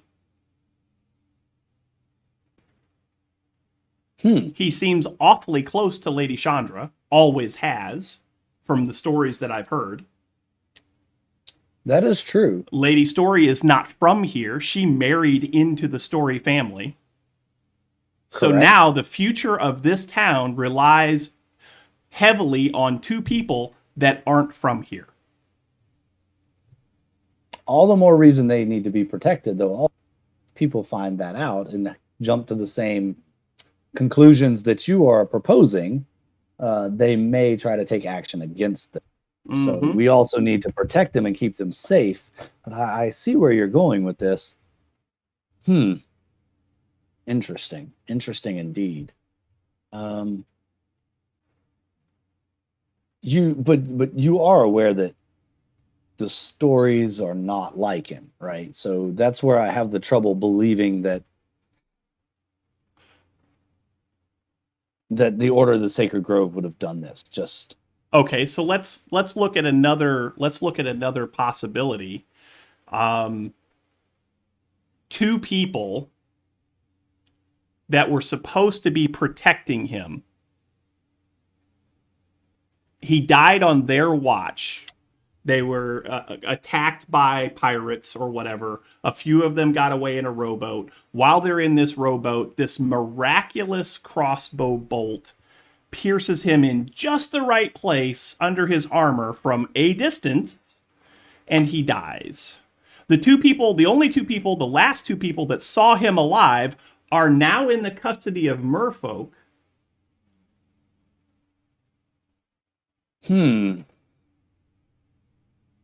And there's no negotiation on letting them go. Like we were involved in a negotiation to let them go. Yes, I sidetracked that negotiation, and I will honor that to the day I die. But everybody in this room that was there, if you look back on that encounter, there was no way that they were going to let either one of them go. They literally said they'd let one of them go. They said they would. You know they wouldn't have let them go. You know it. I think they would have, and that's why they said they would let one go. No, I don't. I disagree, and I will disagree forever. They literally gave us a price for him. Like they had no reason to keep him. They had every reason to keep him. No. You're just grumpy because we didn't let you kill them all. No, I'm grumpy because the people that I thought I could count on didn't have my back. That's fine. I learned something there. You learned to talk to us before you do something really dumb that none of us agree with. And just how were we going to have a conversation about that? How were we going to converse about that? You really think that we couldn't give each other a message? And that three of us clearly saying that we were trying to negotiate to get somebody out of there were not in favor of attacking them? It was either all or nothing. We were going to get both of them, or we weren't going to get either of them. They were working with us up until that point. We could have easily asked for a sidebar, and they would have let us talk amongst ourselves. They were cooperative. You guys handle your things your way. I handle them mine. So there we have it. Okay, are you part of a group or not? I thought I was. You did everything against the group so far. Debatable. You're acting on your own accord. You're not acting as a part of this group.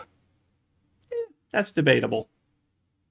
No, when four It's people literally are on not. one side and one person's on the other side, there's a clear group of four people. 3 people out of the 5-person group that we're in agree that you're not acting as a group. The 4th person that's not you literally goes along with whatever anybody else wants to do.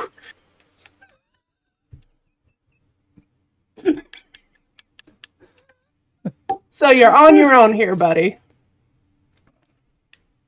Also, you're going to get a lot of people killed with all or nothing.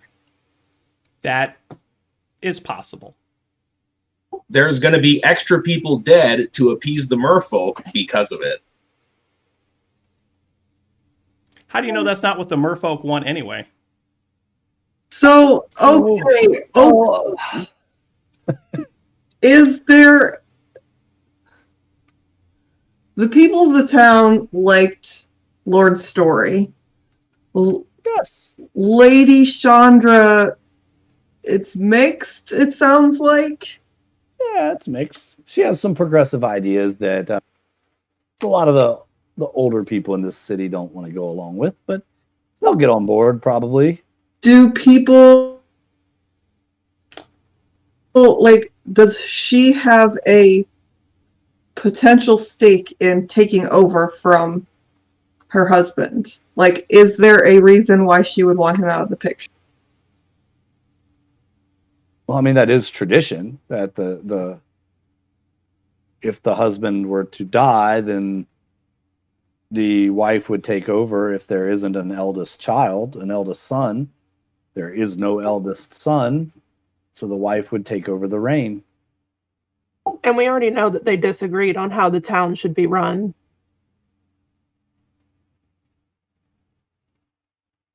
There's some talk about that, yes.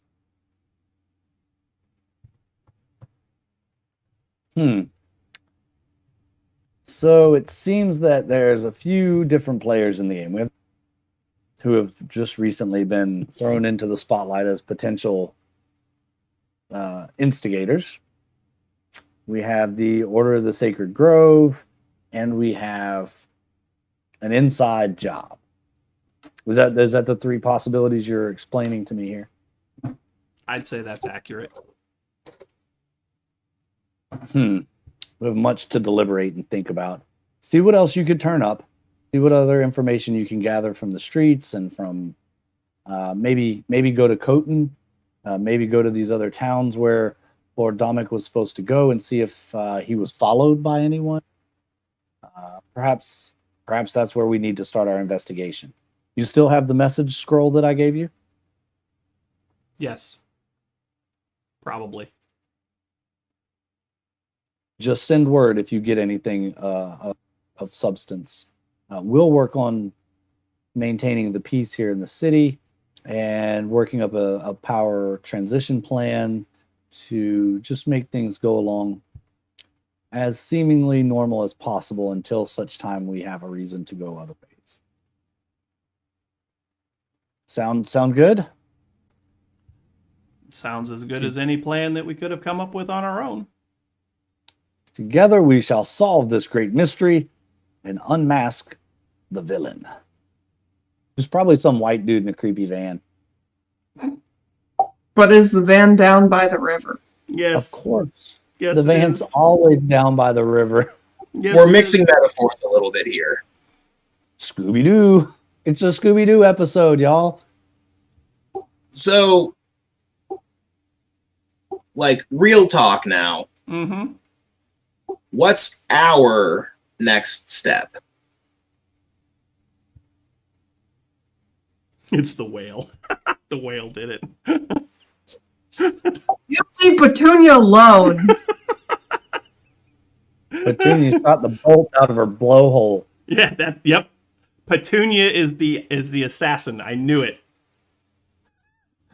It just happened to go out her blowhole and come And down right- at such a velocity and just Absolutely perfect placement and killed Lord Story. I love it. see. We need to get Silver to come play with us. That's kind of stuff. Hey, we do have an open spot. We'll talk about that at the end of the stream. But we got a special game coming up. Oh yeah, that's right. So those are the things that Oakflum suggests that the information is gathered, and he thinks you all are the best crew for the job. Nobody knows you up in those cities, so It wouldn't be, out of the ordinary if you posed as an investigation team from the city here and went there, and not to tell what happened, but that you're maybe investigating some kind of the disappearance of Lord Story. Yes, the still unsolved disappearance of Lord Story. We hope that it's still unsolved disappearance by the time we get there, because look at how fast word traveled around town. Which is another thing. We told one person.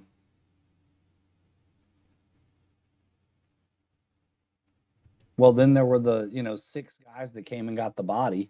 Yeah, we told one person, and now the entire town is talking about how Lord Story is dead. It's evidence about why you need to wear your mask. Yeah. That's right. That's how quickly it spreads. All right, I think this is a really good stopping point for this session, y'all. It is. It is. So for next session, where are we going? Are we going to pick up where we left off and head towards whatever the name of that place was? Coton.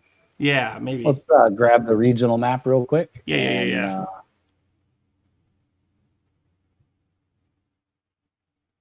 And you have 2 cities that were named in his route were Rouges and Coton. And then okay, yeah. Right? Yeah, and then the only other thing we had was specifically- Fruiton, but we weren't necessarily sure we had to go that far. Yeah, There's also that's still where the Vaults of Doom that we want to go to at some point. Yeah. Yeah, that would be a fun little. That was going to be what I fun. suggested if we didn't have a specific goal for the immediate future. Okay. I'd be good with the Vaults of Doom. We could do that, although that is completely in the other direction from where we need to go to gather information. It's a detour. It's a huge detour. I'm not opposed to it, but it's a huge detour. Because chaos. Okay. We can figure that out. So we can figure that out. Just need to know before next session what we're doing. Speaking of next session, the next regular session, regular campaign session will probably be in a couple. We know that there's a holiday season quickly approaching us. Not just the Conquistadors and Conquerors Day, but then there's also the day of eggnog and presents that is coming up. Plus, there are other holiday traditions celebrated in this month, such as Hanukkah and Kwanzaa and many, many others that celebrate the end of the year / winter festivals. So we still want to get a game in. So we've got I think we've got time for one regularly scheduled session and one special session next month. I hope. Okay. Now I have the plans for a one shot. We have a couple of spots at the table. If anybody out there knows anybody that wants to join us, we're going to do a one shot Santa Claus and the reindeer take on Nakatomi Tower, US style Florida man version, for lack of a better term. I mean, let's get it right. It's not the Nakatomi Plaza. It's the Nakatomi Trailer Park. Yes, it's the Nakatomi Trailer Park, set in Central Florida, the southeastern United States. A pretty good little plot summary I will give you all. Where's my Discord? Come back, Discord.